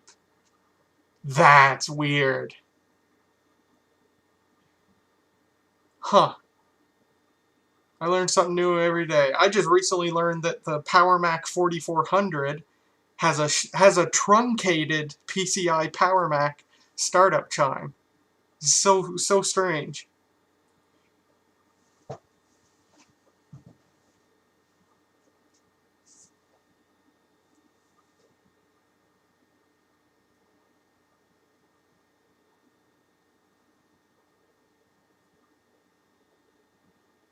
Is it going to fail?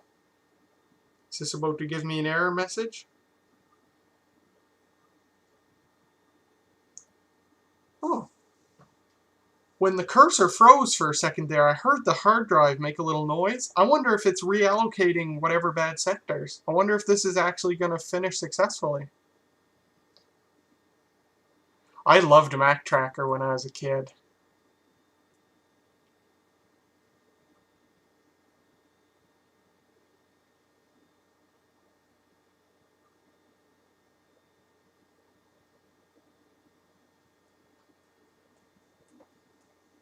Actually, I have Mac Tracker installed on Mac OS 9 on the Sawtooth behind me.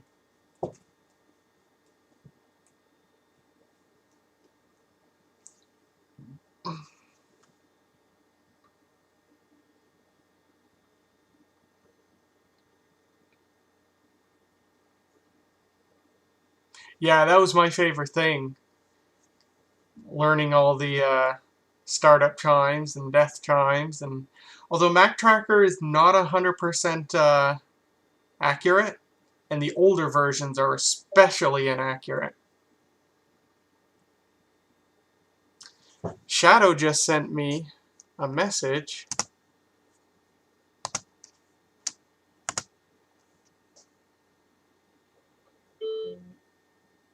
Oh yay, it finished!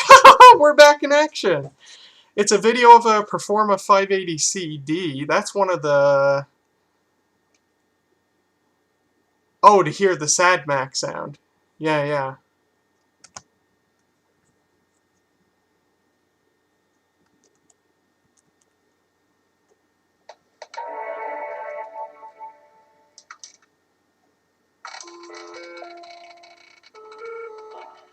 Yeah.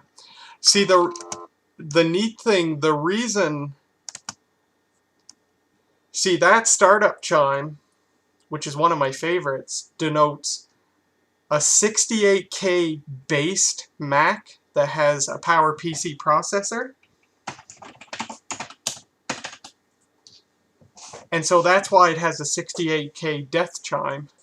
It's because it's a, like you said, the Road Apples are 68K Macs that have had a PowerPC processor shoehorned onto them. So they have mostly the same ROM as their 68K equivalents.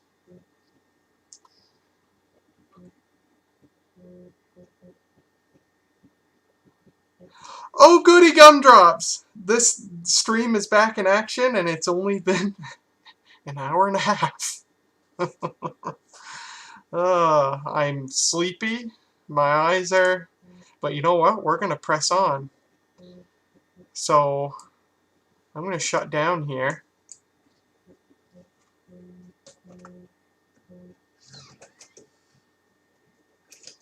Unbelievable. A System 7.5.3 Disk Tools disk was the ticket. So, I'm just going to clean up the mess that I've made.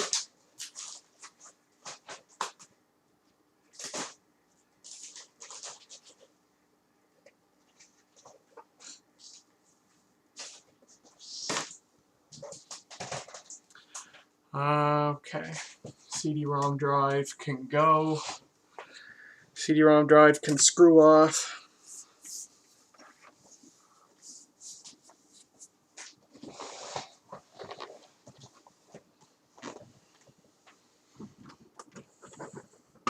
Yeah, there is so much interesting lore. I don't know if you'd call it lore, but there's so many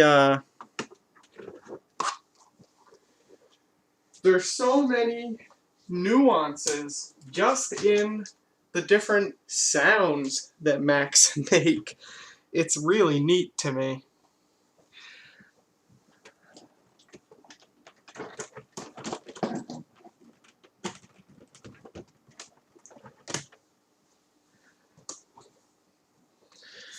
Alright, so I'm going to boot this thing off the System 7.1, the first install disk. So let's do that.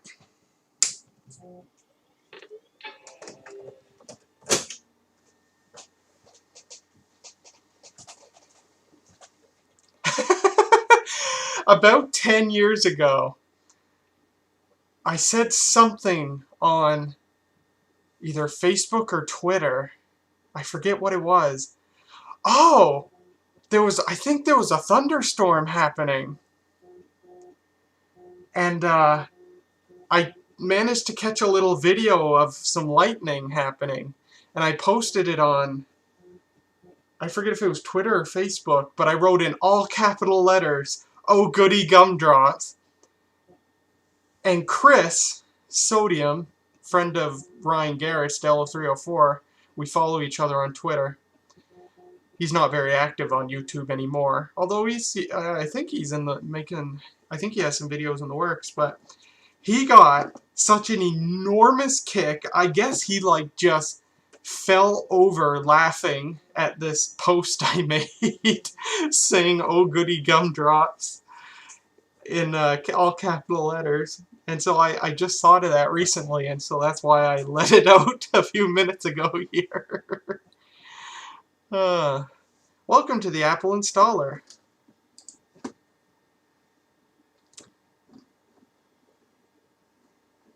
I don't want to install it on the installer disk. I want to install it on Macintosh HD. Oh, do I want to customize it? What do we got to customize? Anyway, yes, it was very gay. And so I have no regrets. I got all the printers, blah, blah, blah.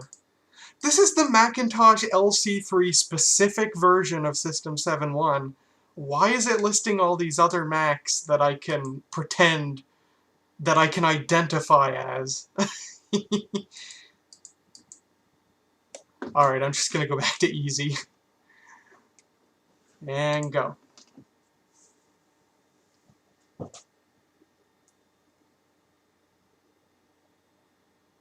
Oh, I see. Oh. Well, if you ever want to... Well, I don't know. I don't know what hassle it would be. I was going to say, if you ever wanted to make amends with him, I have routes to contact him, and I could just say, hey,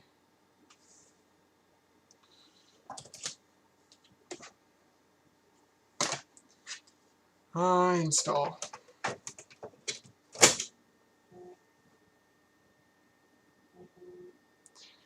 Oh, I'm gonna need I gotta write more floppies. I'm slacking.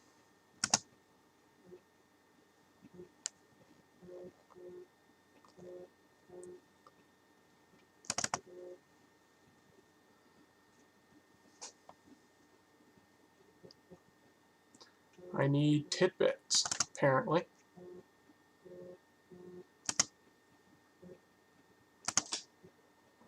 Okay. Were you using the same, was it YouTube you were blocked, or Twitter?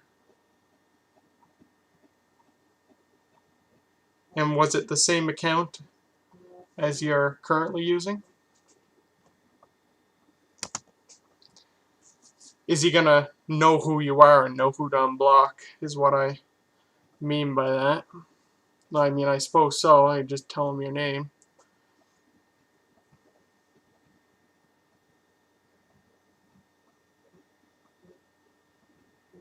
I'm friends with him on Facebook, so I'll hit him up. Here's a fun fact for you guys who don't know. I spoke about it on Twitter before, so some of you know. I'm blocked by Paul Thurrott, the Microsoft blogger, reporter guy who reports on all things Microsoft and all things Windows. Very big tech journalist. I'm blocked by him. I've been blocked by him on Twitter for about, it's got to be 7 or 8 years by now. And I don't remember what led up to it. I know that I was extremely surprised when I learned. But I think what happened was some of his articles are paywalled, and I think I might have complained about an article being paywalled, and I made a comment to one of his Twitter posts to one of his articles saying, hey, check out this article, and I'm like, well, I can't because you've got a paywall, and he blocked me. I mean, that's not something I would do now. If it's paywalled, it's paywalled. It's annoying, but I'm not going to comment about it. But I was younger then. Probably a child, technically. And anyway, I've been blocked by Paul Thurrott for a decade.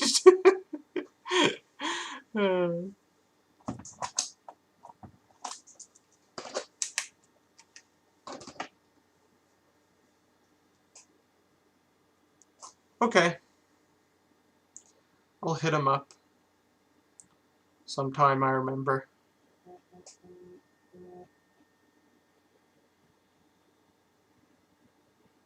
I don't know how big of a hassle it is to unblock somebody on YouTube, but I'm sure it's manageable.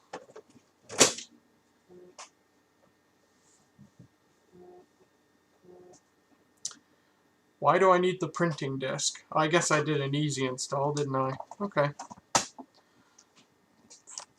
It's nice how it tells you what disks are coming up. It's like Apple foresaw 30 years later me writing disks on a Windows 10 PC.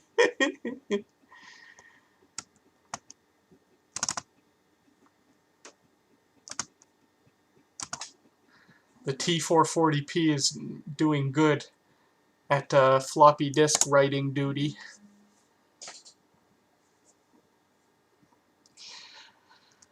Yeah, I've almost been on this planet for 3 of them as well. Well, I've been here for four separate decades. I've been here in the 90s, the 2000s, the 10s, and now the 20s. I don't know if this is tidbits. Nope.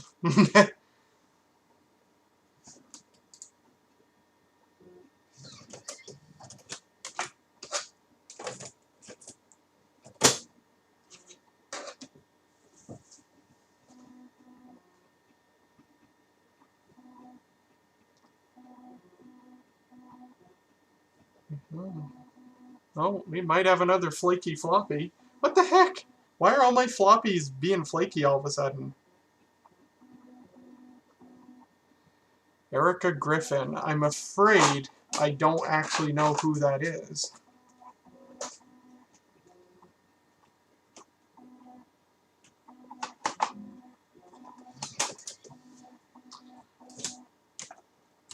Printing. That's the disk I'm writing right now.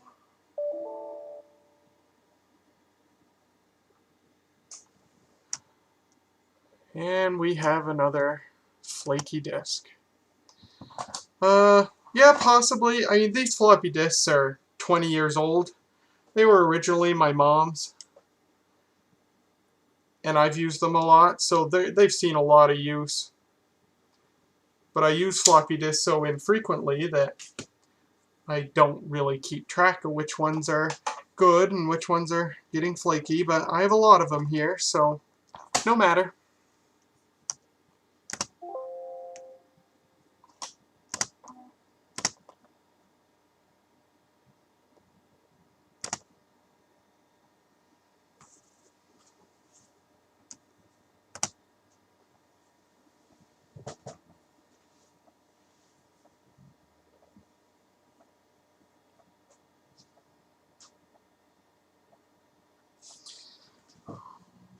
As nice as it is having a way to give you guys a direct connection to a VGA output, boy, now I'm getting spoiled and I wish it was better quality. You guys are looking at an S-video so output, so a television grade output. So it's kind of fuzzy, and it's okay at 640 by 480. Now I want something better. So I want to know if there's a way to if there's like a, well, there's got to be like a USB capture device that has VGA and can capture at HD quality.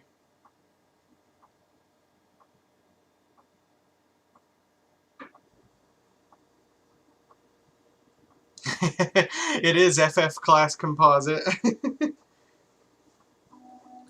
It's composite, but Luma and Chroma have gotten a divorce. And now they're better people for having done it, so the quality is better. That's a great analogy! I'm proud of myself for that one. Oh, man. I'm very delirious. Oh, we're done.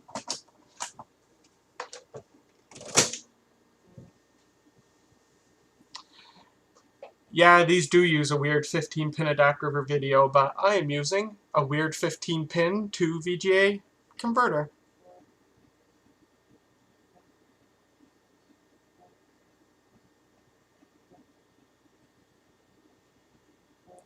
Oh, yes, I have the fonts disk. We're good.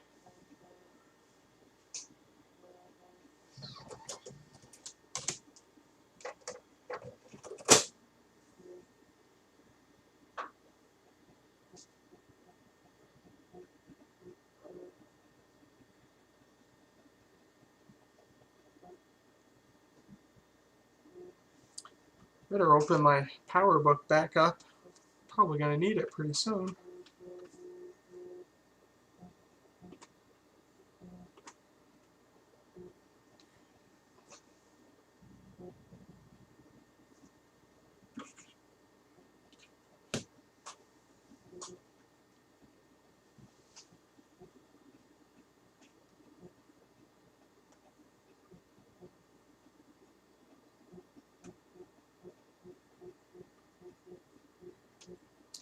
I'm afraid I don't know what an OSSC is.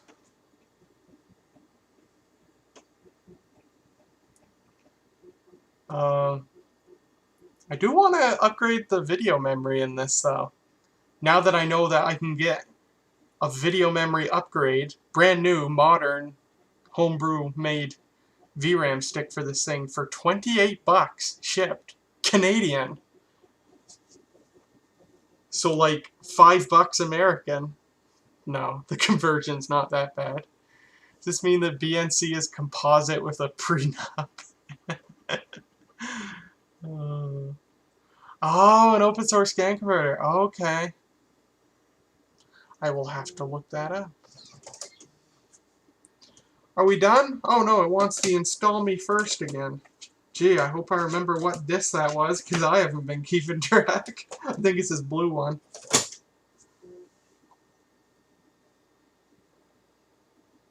Wow.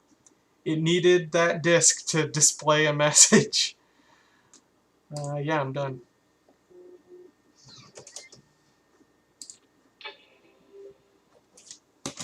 Alright, baby.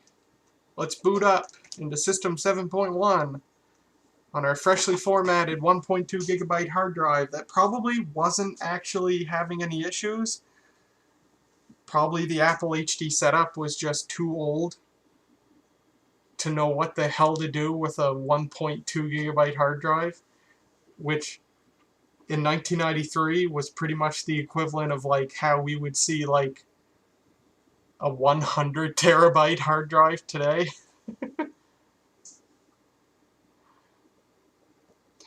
No, this can actually run 761 because it's 32-bit clean. That was one of the big improvements the LC3 made over the LC2. Wow, that booted fast. That hard drive's a lot faster. Yay! Alright! So the first thing I gotta do, speaking of 32-bit, is make sure 32-bit addressing is on. I don't know why it would ever be off. Oh, it is on. I was gonna say, I don't know why it'd ever be off by default, but it's not. I'm full of it. Okay. So I need to install my Ethernet card next. I'll just use my floppy disk with the Ethernet drivers, which is right here.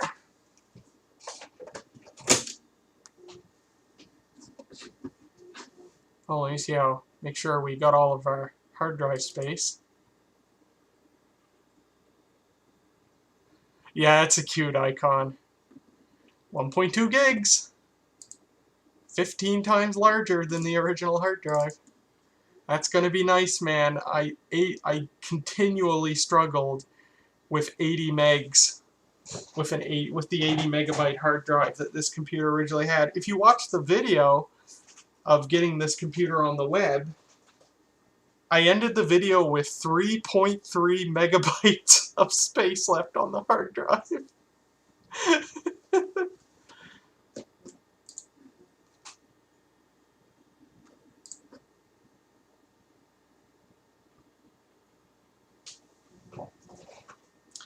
So I need to get the iOmega zip driver on this thing so I can use my zip drive, which I believe still has Mac TCP on it.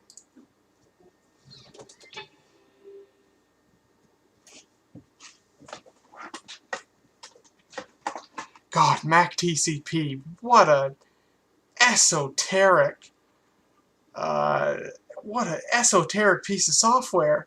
What the hell was that? I'm still recovering from that. Holy, this thing boots so fast.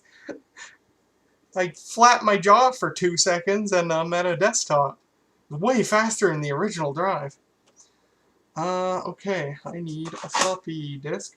Actually, let's go ahead and format one of these flaky disks, see if it'll format. Hey, Mike. Welcome. Good to see you. Yeah, 70s terminal display.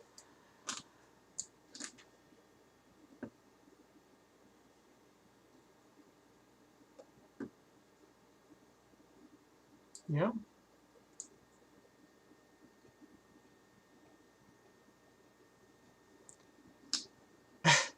The mouse cursor moves with the floppy disk track seeks.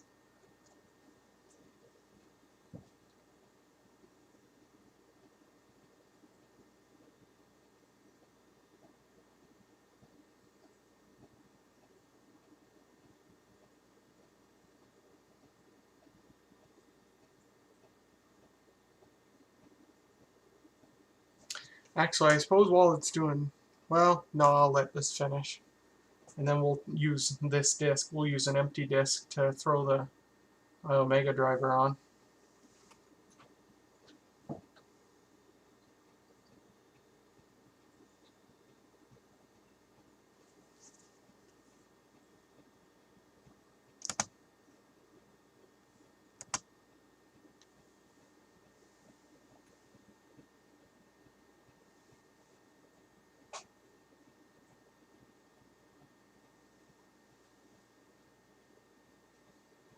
I like how the little LC icon has an arrow pointing at the floppy drive slot. It's like, this is what you're hearing right now.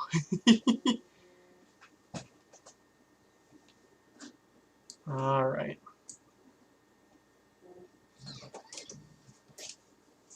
So it formatted this disk without issue.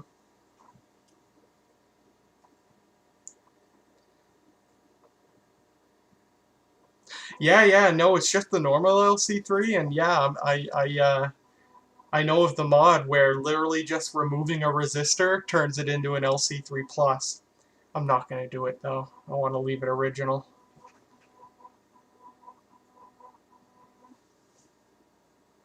Is my USB floppy drive... Does my USB floppy drive need to be cleaned? Because it's now doing this stupid,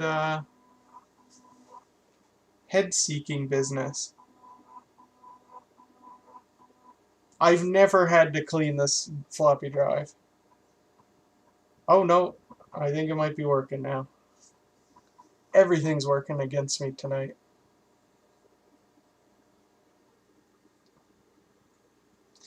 Is that caused by RFI from the drive's motors? I'm not sure what you mean, sorry.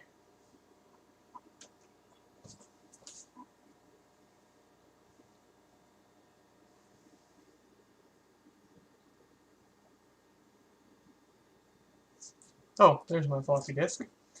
iOmega driver. And I'm also going to put the Mac, I might as well just throw Mac TCP on this disk too. And this time I'm going to use the Mac TCP 2.1 patch, which apparently greatly simplifies Mac TCP.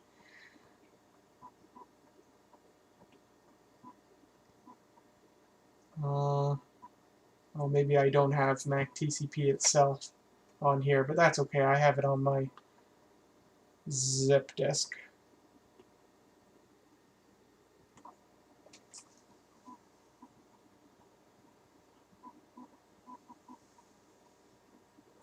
This drive, I've had it for almost a decade, and it's been 100% reliable. Tonight's the first time it's been acting up. I mean, I think it's a Mitsumi drive or a TIAC drive in there, so good quality drive.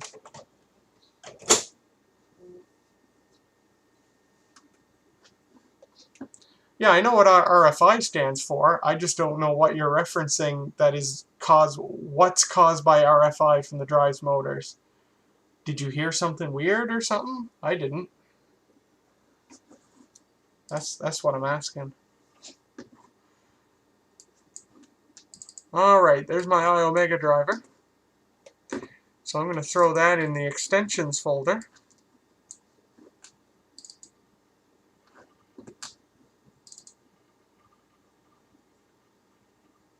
Oh, a drive seek's a lot quieter than the original.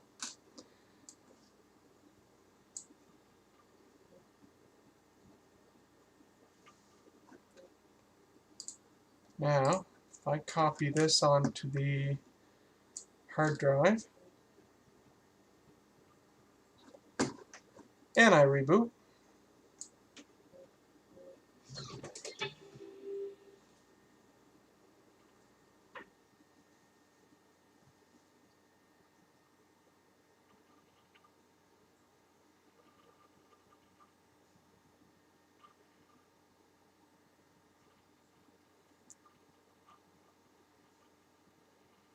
"11 seconds between the Happy Mac and a finished desktop," and that's loading the iOmega driver too. Which, let's see if that worked. Oh, causing the mouse to shake? That was me doing that, probably. And yes, our zip disk works. And I have a whole bunch of junk from the old installation that I had to remove. I'm just going to reinstall all this stuff, so I'm going to delete it.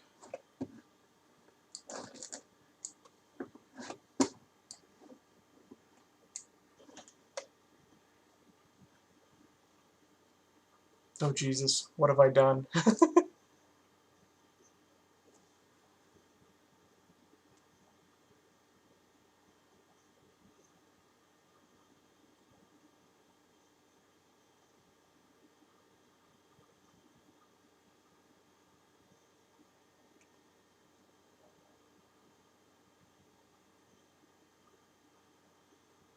Sorry, I must be way too exhausted to understand what you're referring to anymore.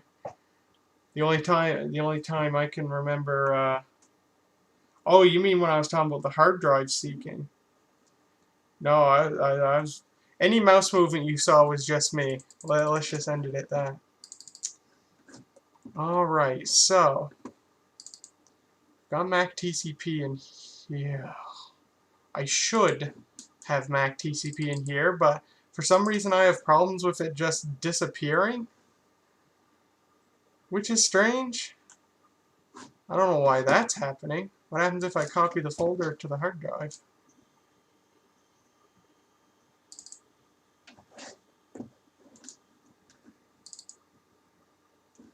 Nope. Something Mac OS X has derped up.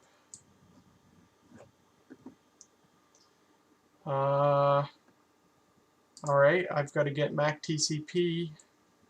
I'll just put it on this floppy disk. I don't know if I still have it in my trash on the power book. Yes, I do.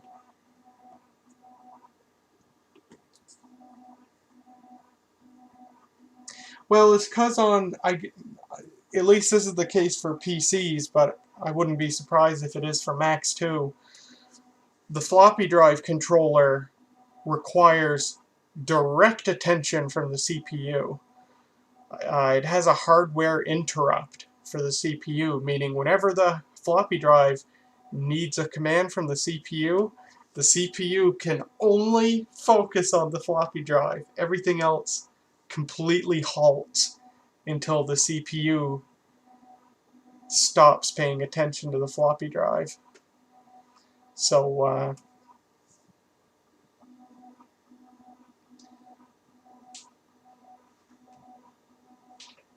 it's single tasking only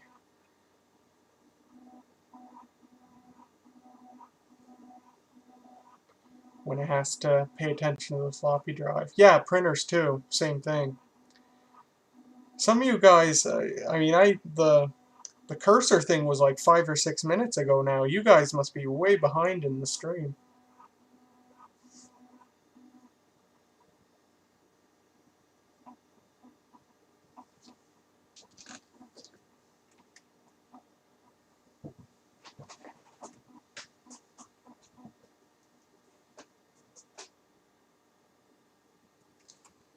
Alright, I'm going to throw Mac TCP onto this floppy disk.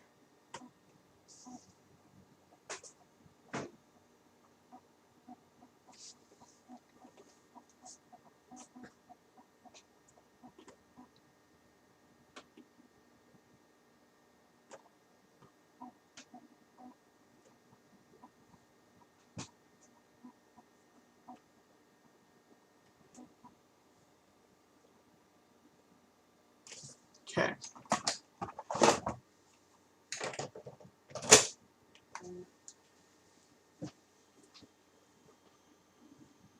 Alright, there's Mac TCP. So I gotta throw that. I don't know how to apply the patch. Do I like throw this on the hard drive and then run the patch? I guess I should try that first.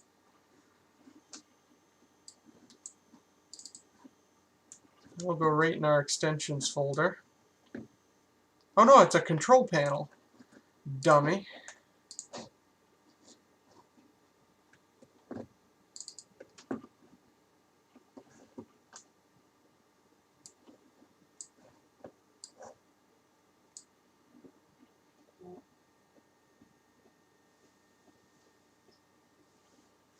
Now, do I run the patch right from the floppy, or do I also move it to the control panels folder? I'm going to delete this so it doesn't influence it.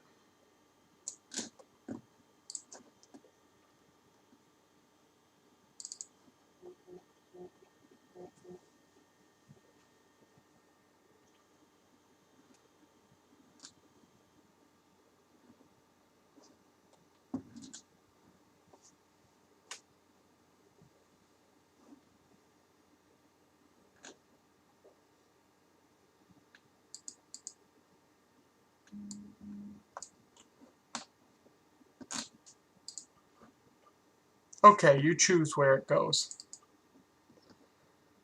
Control panels, Mac TCP.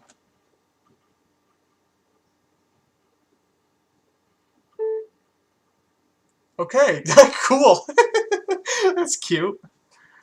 I wonder if you have to do a ROM call to make a custom button like that.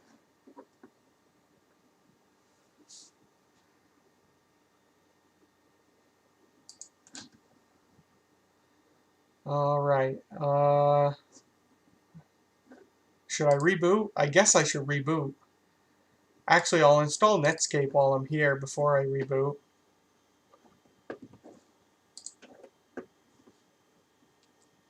Here's our Netscape. Stuff Expander 402. No, I'll forego Stuff It, because I want 5.5. Why? No reason, just because it's the newest version. And I have gobs of hard drive space to play with now.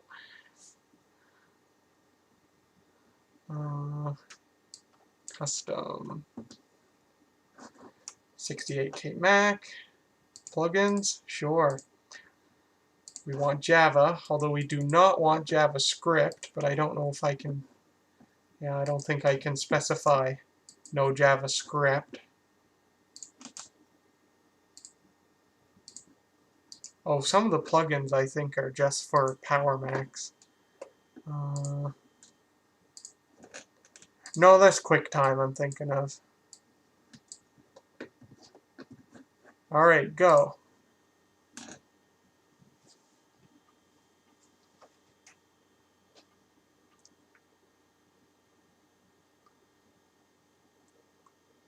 Yeah, dude, FrogFind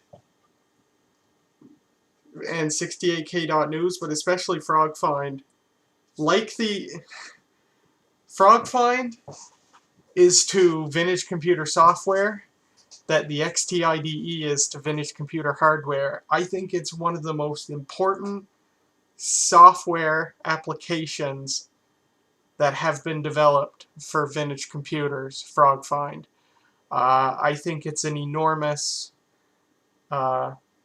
advancement in helping vintage computers work in the modern world, because our lives are all internet based today, right? I mean, the internet's a huge part of all our lives, and to be able to make better use of the internet than we've ever been able to in the past 20 years on a computer this old, that's fantastic. Yeah, I've heard of the old net.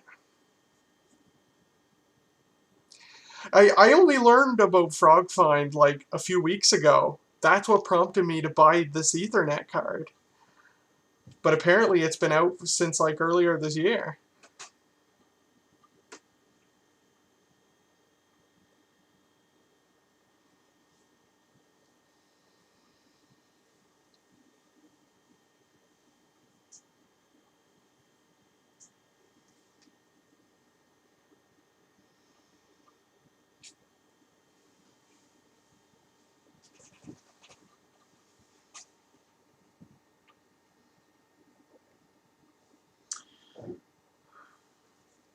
Now, the hard drive out of the 7300.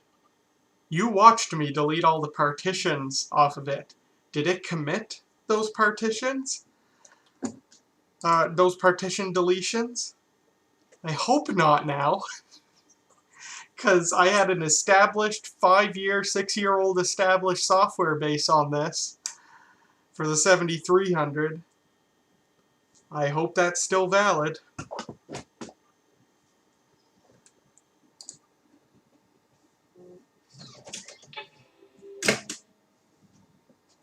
It ejects not only the floppy drive, it ejects the zip drive too, eh? I think the zip drive's bootable. No, maybe not. I mentioned in my video that I could boot off a zip drive. I don't think that's true, because you need an extension to access a zip drive. I don't know. Okay. I need to open Mac TCP and hate my life. Actually, I should open network first. Change that to EtherTalk. Actually, I don't know if this is necessary, but I'm going to do it anyway.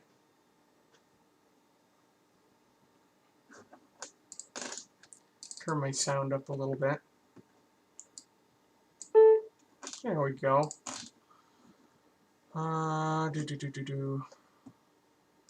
Mac TCP. Why are you a file icon? Okay. I probably just have to rebuild the desktop file.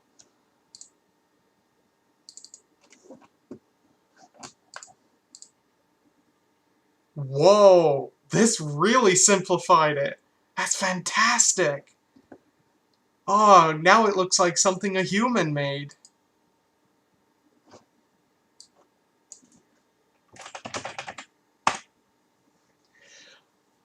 What I really got to do is build a Macintosh serial cable to plug into a serial modem, so I can log on to the internet from this thing over a modem.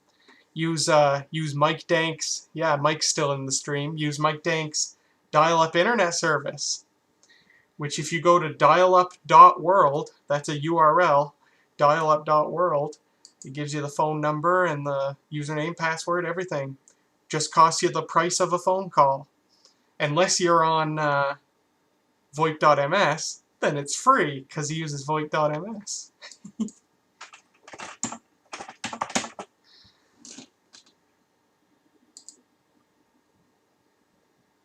Alright. Probably have to reboot. Oh, it's not going to make me reboot? Okay. Oh, it's offline. Okay. So is my website. My website's been offline for a year.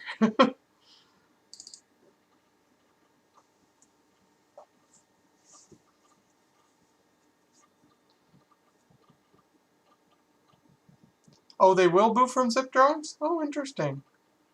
I know. Oh, an included zip drive, like what would have come with like a Power Macintosh G3 or G4. macOS will boot from those because they have Apple firmware on them. But a regular old retail IO Mega drive like I've got here, plugged into the external SCSI, I don't know if that would be the case. Okay, let's try rebooting. The old Mac TCP that I used in the video prompted me to reboot, but this one didn't, but I'll do it anyway.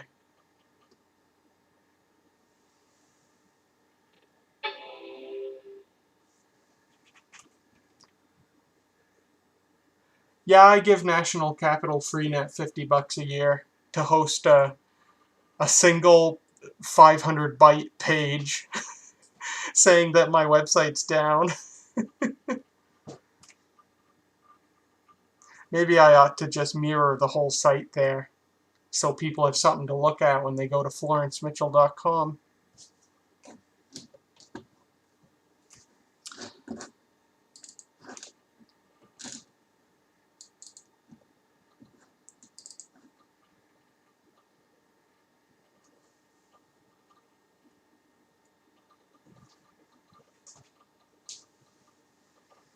Oh, cool!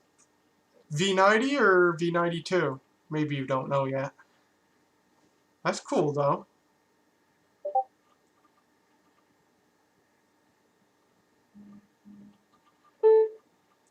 Oh, I have a... Okay, so Mac TCP is not working for us yet. But I'm going to look at Shadow's video with his 1400C.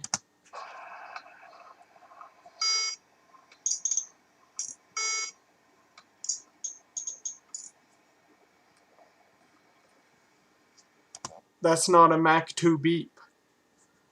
That's just the normal beep that you would find on an LC or a Quadra, but weird sounding because the system software reads it weirdly.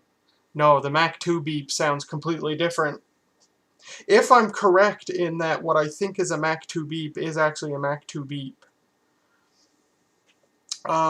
Right, I gotta get back into Mac TCP.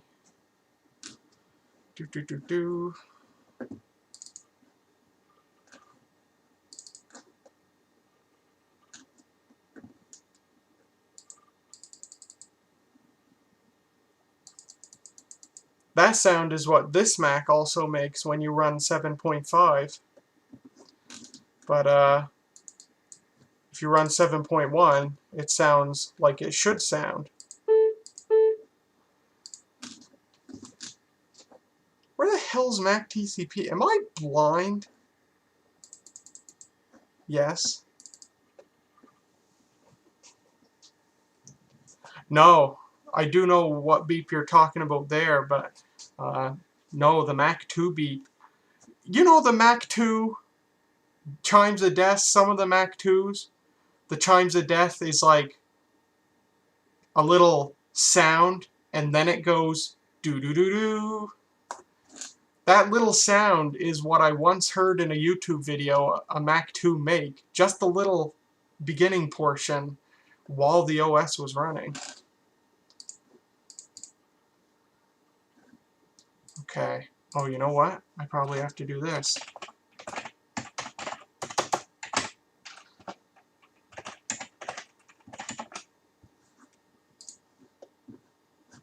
Is this what it wants? Won't let me stick in an IP address. Of course, who knows how it's doing this dynamic? It might not be DHCP. It might be bootp or something.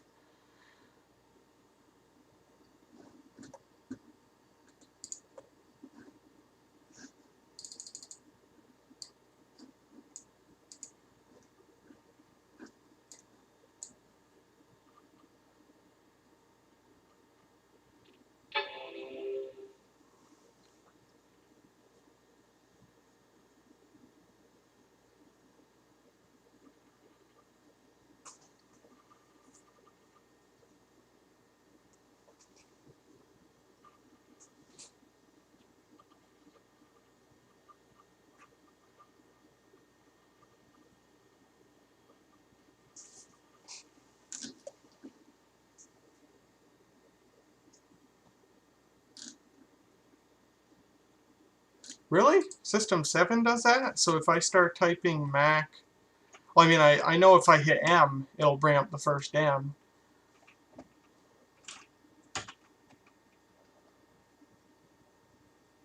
Oh yeah, it does. S8, if I go S, S... Oh, that's weird. It skips sound. S... So if I go S-O... It does work! Ah! I'm learning new things every day because of you guys. Weird. Okay, I gotta do this static. It is not working. 1, 2, 1, 0, 17. Now, is it gonna set that on its own? Or do I have to reboot again? That is the question.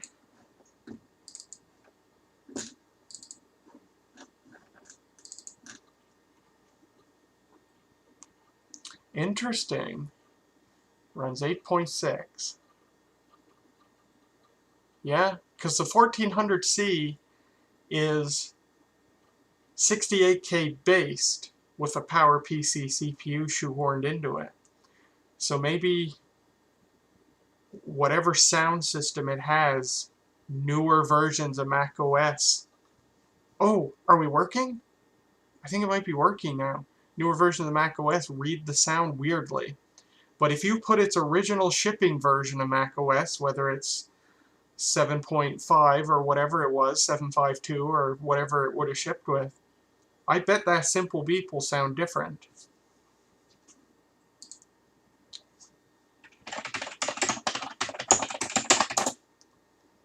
Oh, I typed too fast.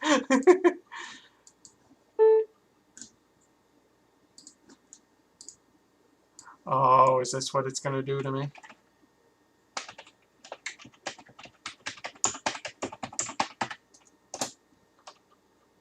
Oh no, we're good! Yay!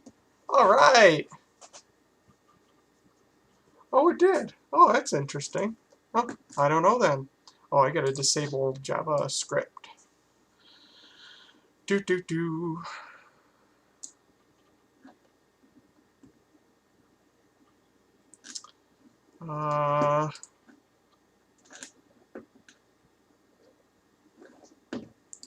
Ooh, I can change the home page.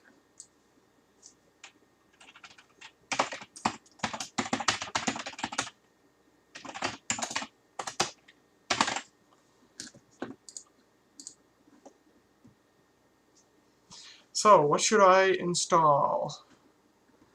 I will install Clarisworks. Do I want Clarisworks or do I want AppleWorks? I'll do Clarisworks because my Power Macs, I run AppleWorks.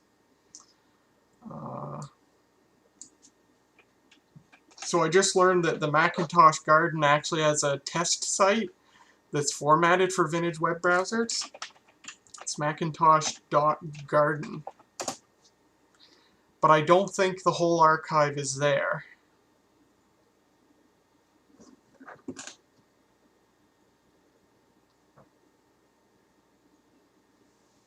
Dude, Clarisworks is such a nostalgic piece of software for me. Because when I was in elementary school, I was in elementary school from 1999 to 2005. In at least the first couple of years, when half the computers ran Windows 3.1 and the other half ran Windows 95, with a couple that ran Windows 98, Clarisworks was what we had. And I'd play with all the programs. I'd play with the word processor. I'd play with the spreadsheet even. I'd play with the drawing program.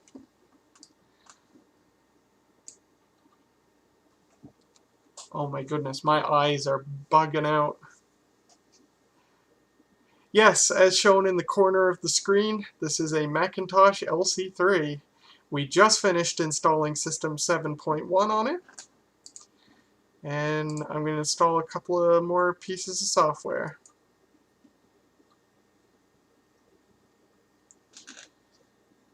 Where do you go to disable JavaScript?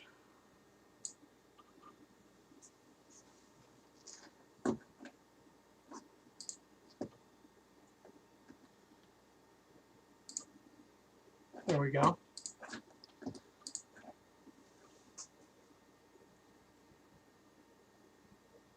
Foolproof desktop security. Nope, never heard of it.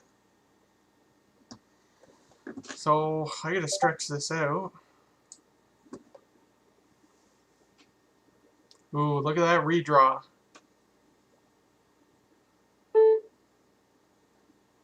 What? Is that just the website being broken? I'll just go to the regular site.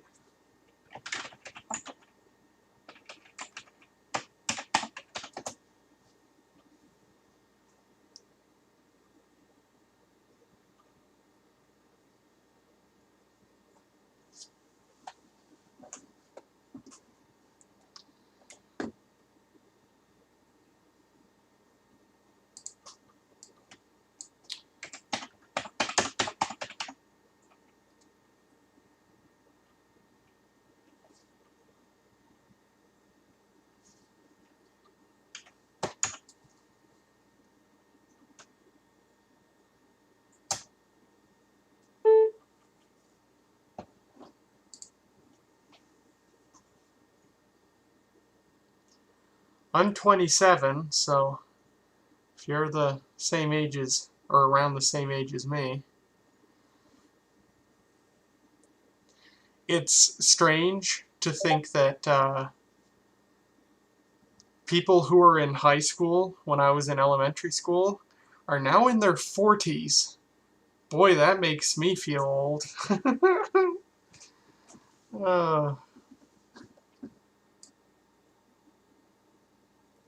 Yeah, when I was in high school, or when I was in kindergarten, no, that's not true. I was going to say when I was in kindergarten, people graduating high school that year were born in the 70s, but that's not true. They would have been born in 1981, because my oldest sister was born in 82, and she graduated in 2000. What version of Clarisworks do we want? I think 4 was the last. Oh, there's 5 here.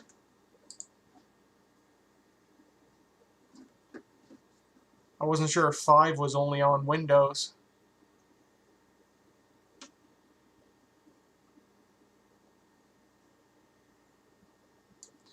Boy, we're all getting old, aren't we? When I started YouTube, I was 14 and knew way less about anything and everything than I thought I did. And I'm sure 10 years from now, I'll be looking back at the present day and be like, wow, I didn't know shit.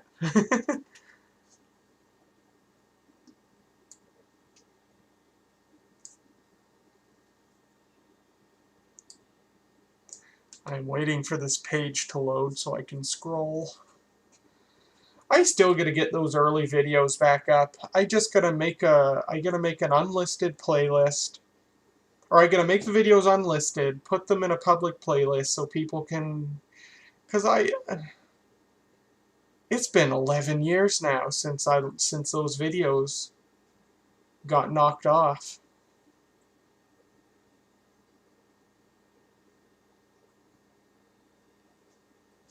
Are we done? So 1997. This might not even be for 68K.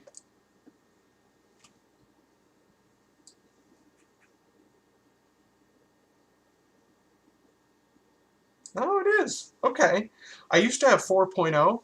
That must have been just because it was, pardon me, I knocked out my S-video converter, or I knocked out my VGA distribution amp. Sorry about that.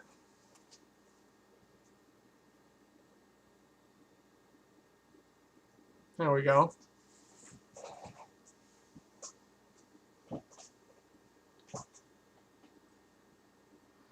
The Compact Distro EN, I still have it. Yep, I've had that for 10 or 11 years now. Still got it. 10 years I think I've had it. One of the best PCs ever made in my opinion. They were so ubiquitous of my middle school and high school days.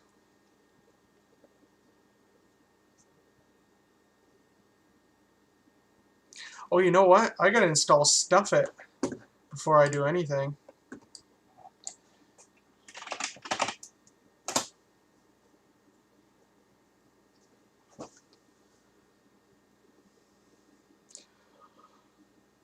I don't know about popular. You mean popular to collectors? I wouldn't doubt it. They're so easy to find. Compact made millions of them. And they're super reliable. And they were fast systems for the time. For a couple of years, I edited YouTube videos on a Compact Distro EN. Because I had my FireWire card in it, and the easiest thing to do was just transfer and edit the video on the same machine.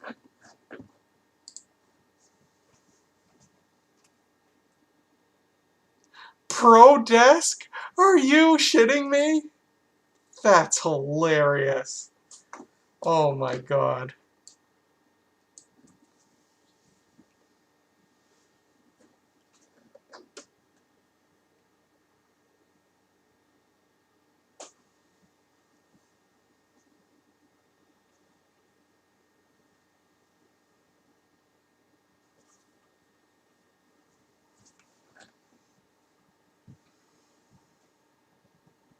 Time's a funny thing.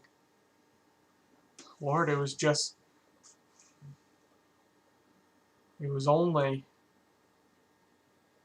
6, 7 years ago.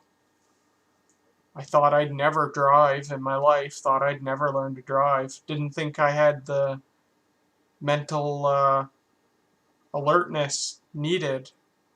You know, I thought for some reason I was too scatterbrained. Friggin' love driving now. I'm a good driver, in my own opinion.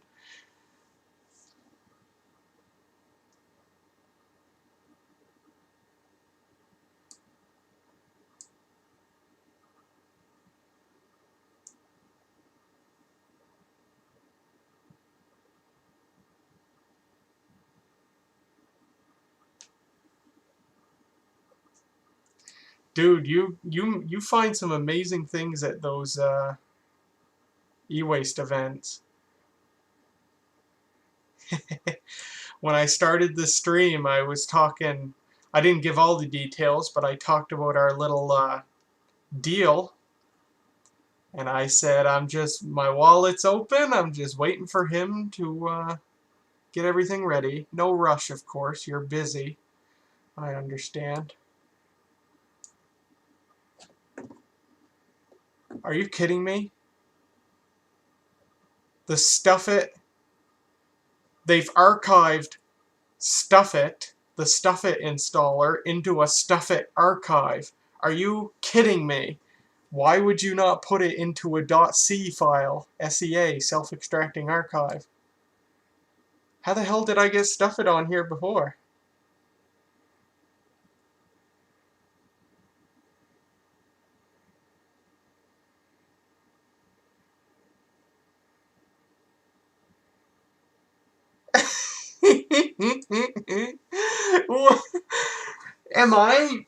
Have I passed out and this is currently like a fever dream? I guess I should have installed, wow, that's beautiful.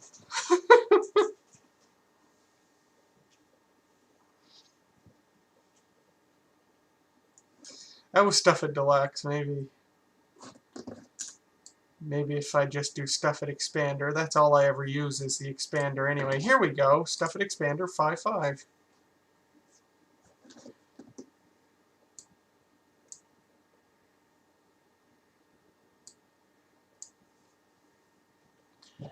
Do I have a Bridge Mac? Yeah, I got a few. I mean, depending on what you consider a Bridge Mac, but I got the G4 and I've got the iMac and I've got the PowerBook here. Oh, that's okay. I mean, I figured it out the first time. I'll figure it out again. I gotta stop pretty soon here though, because like, I don't know if you guys can tell, but I am so tired. I'm very sleepy.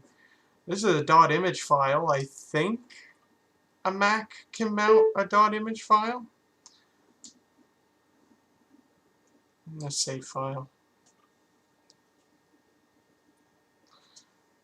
I'll just put it on the desktop.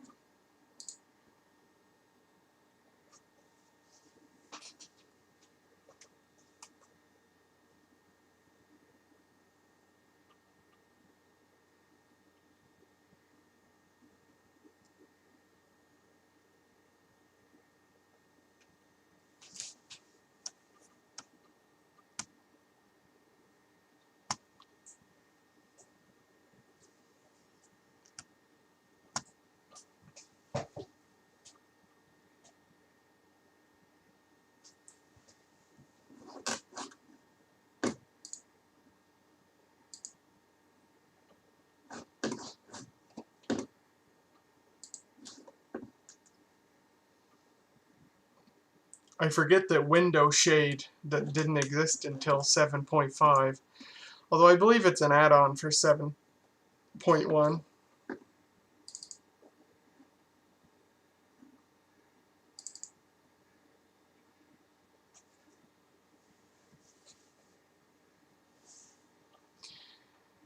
Any plans doing videos? Yeah, I gotta get my North Star phones out of the United States first.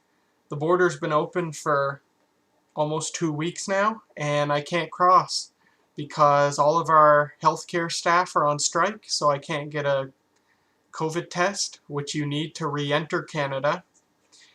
And also, I've been waiting a month now for them to renew my Nexus card, which they haven't done.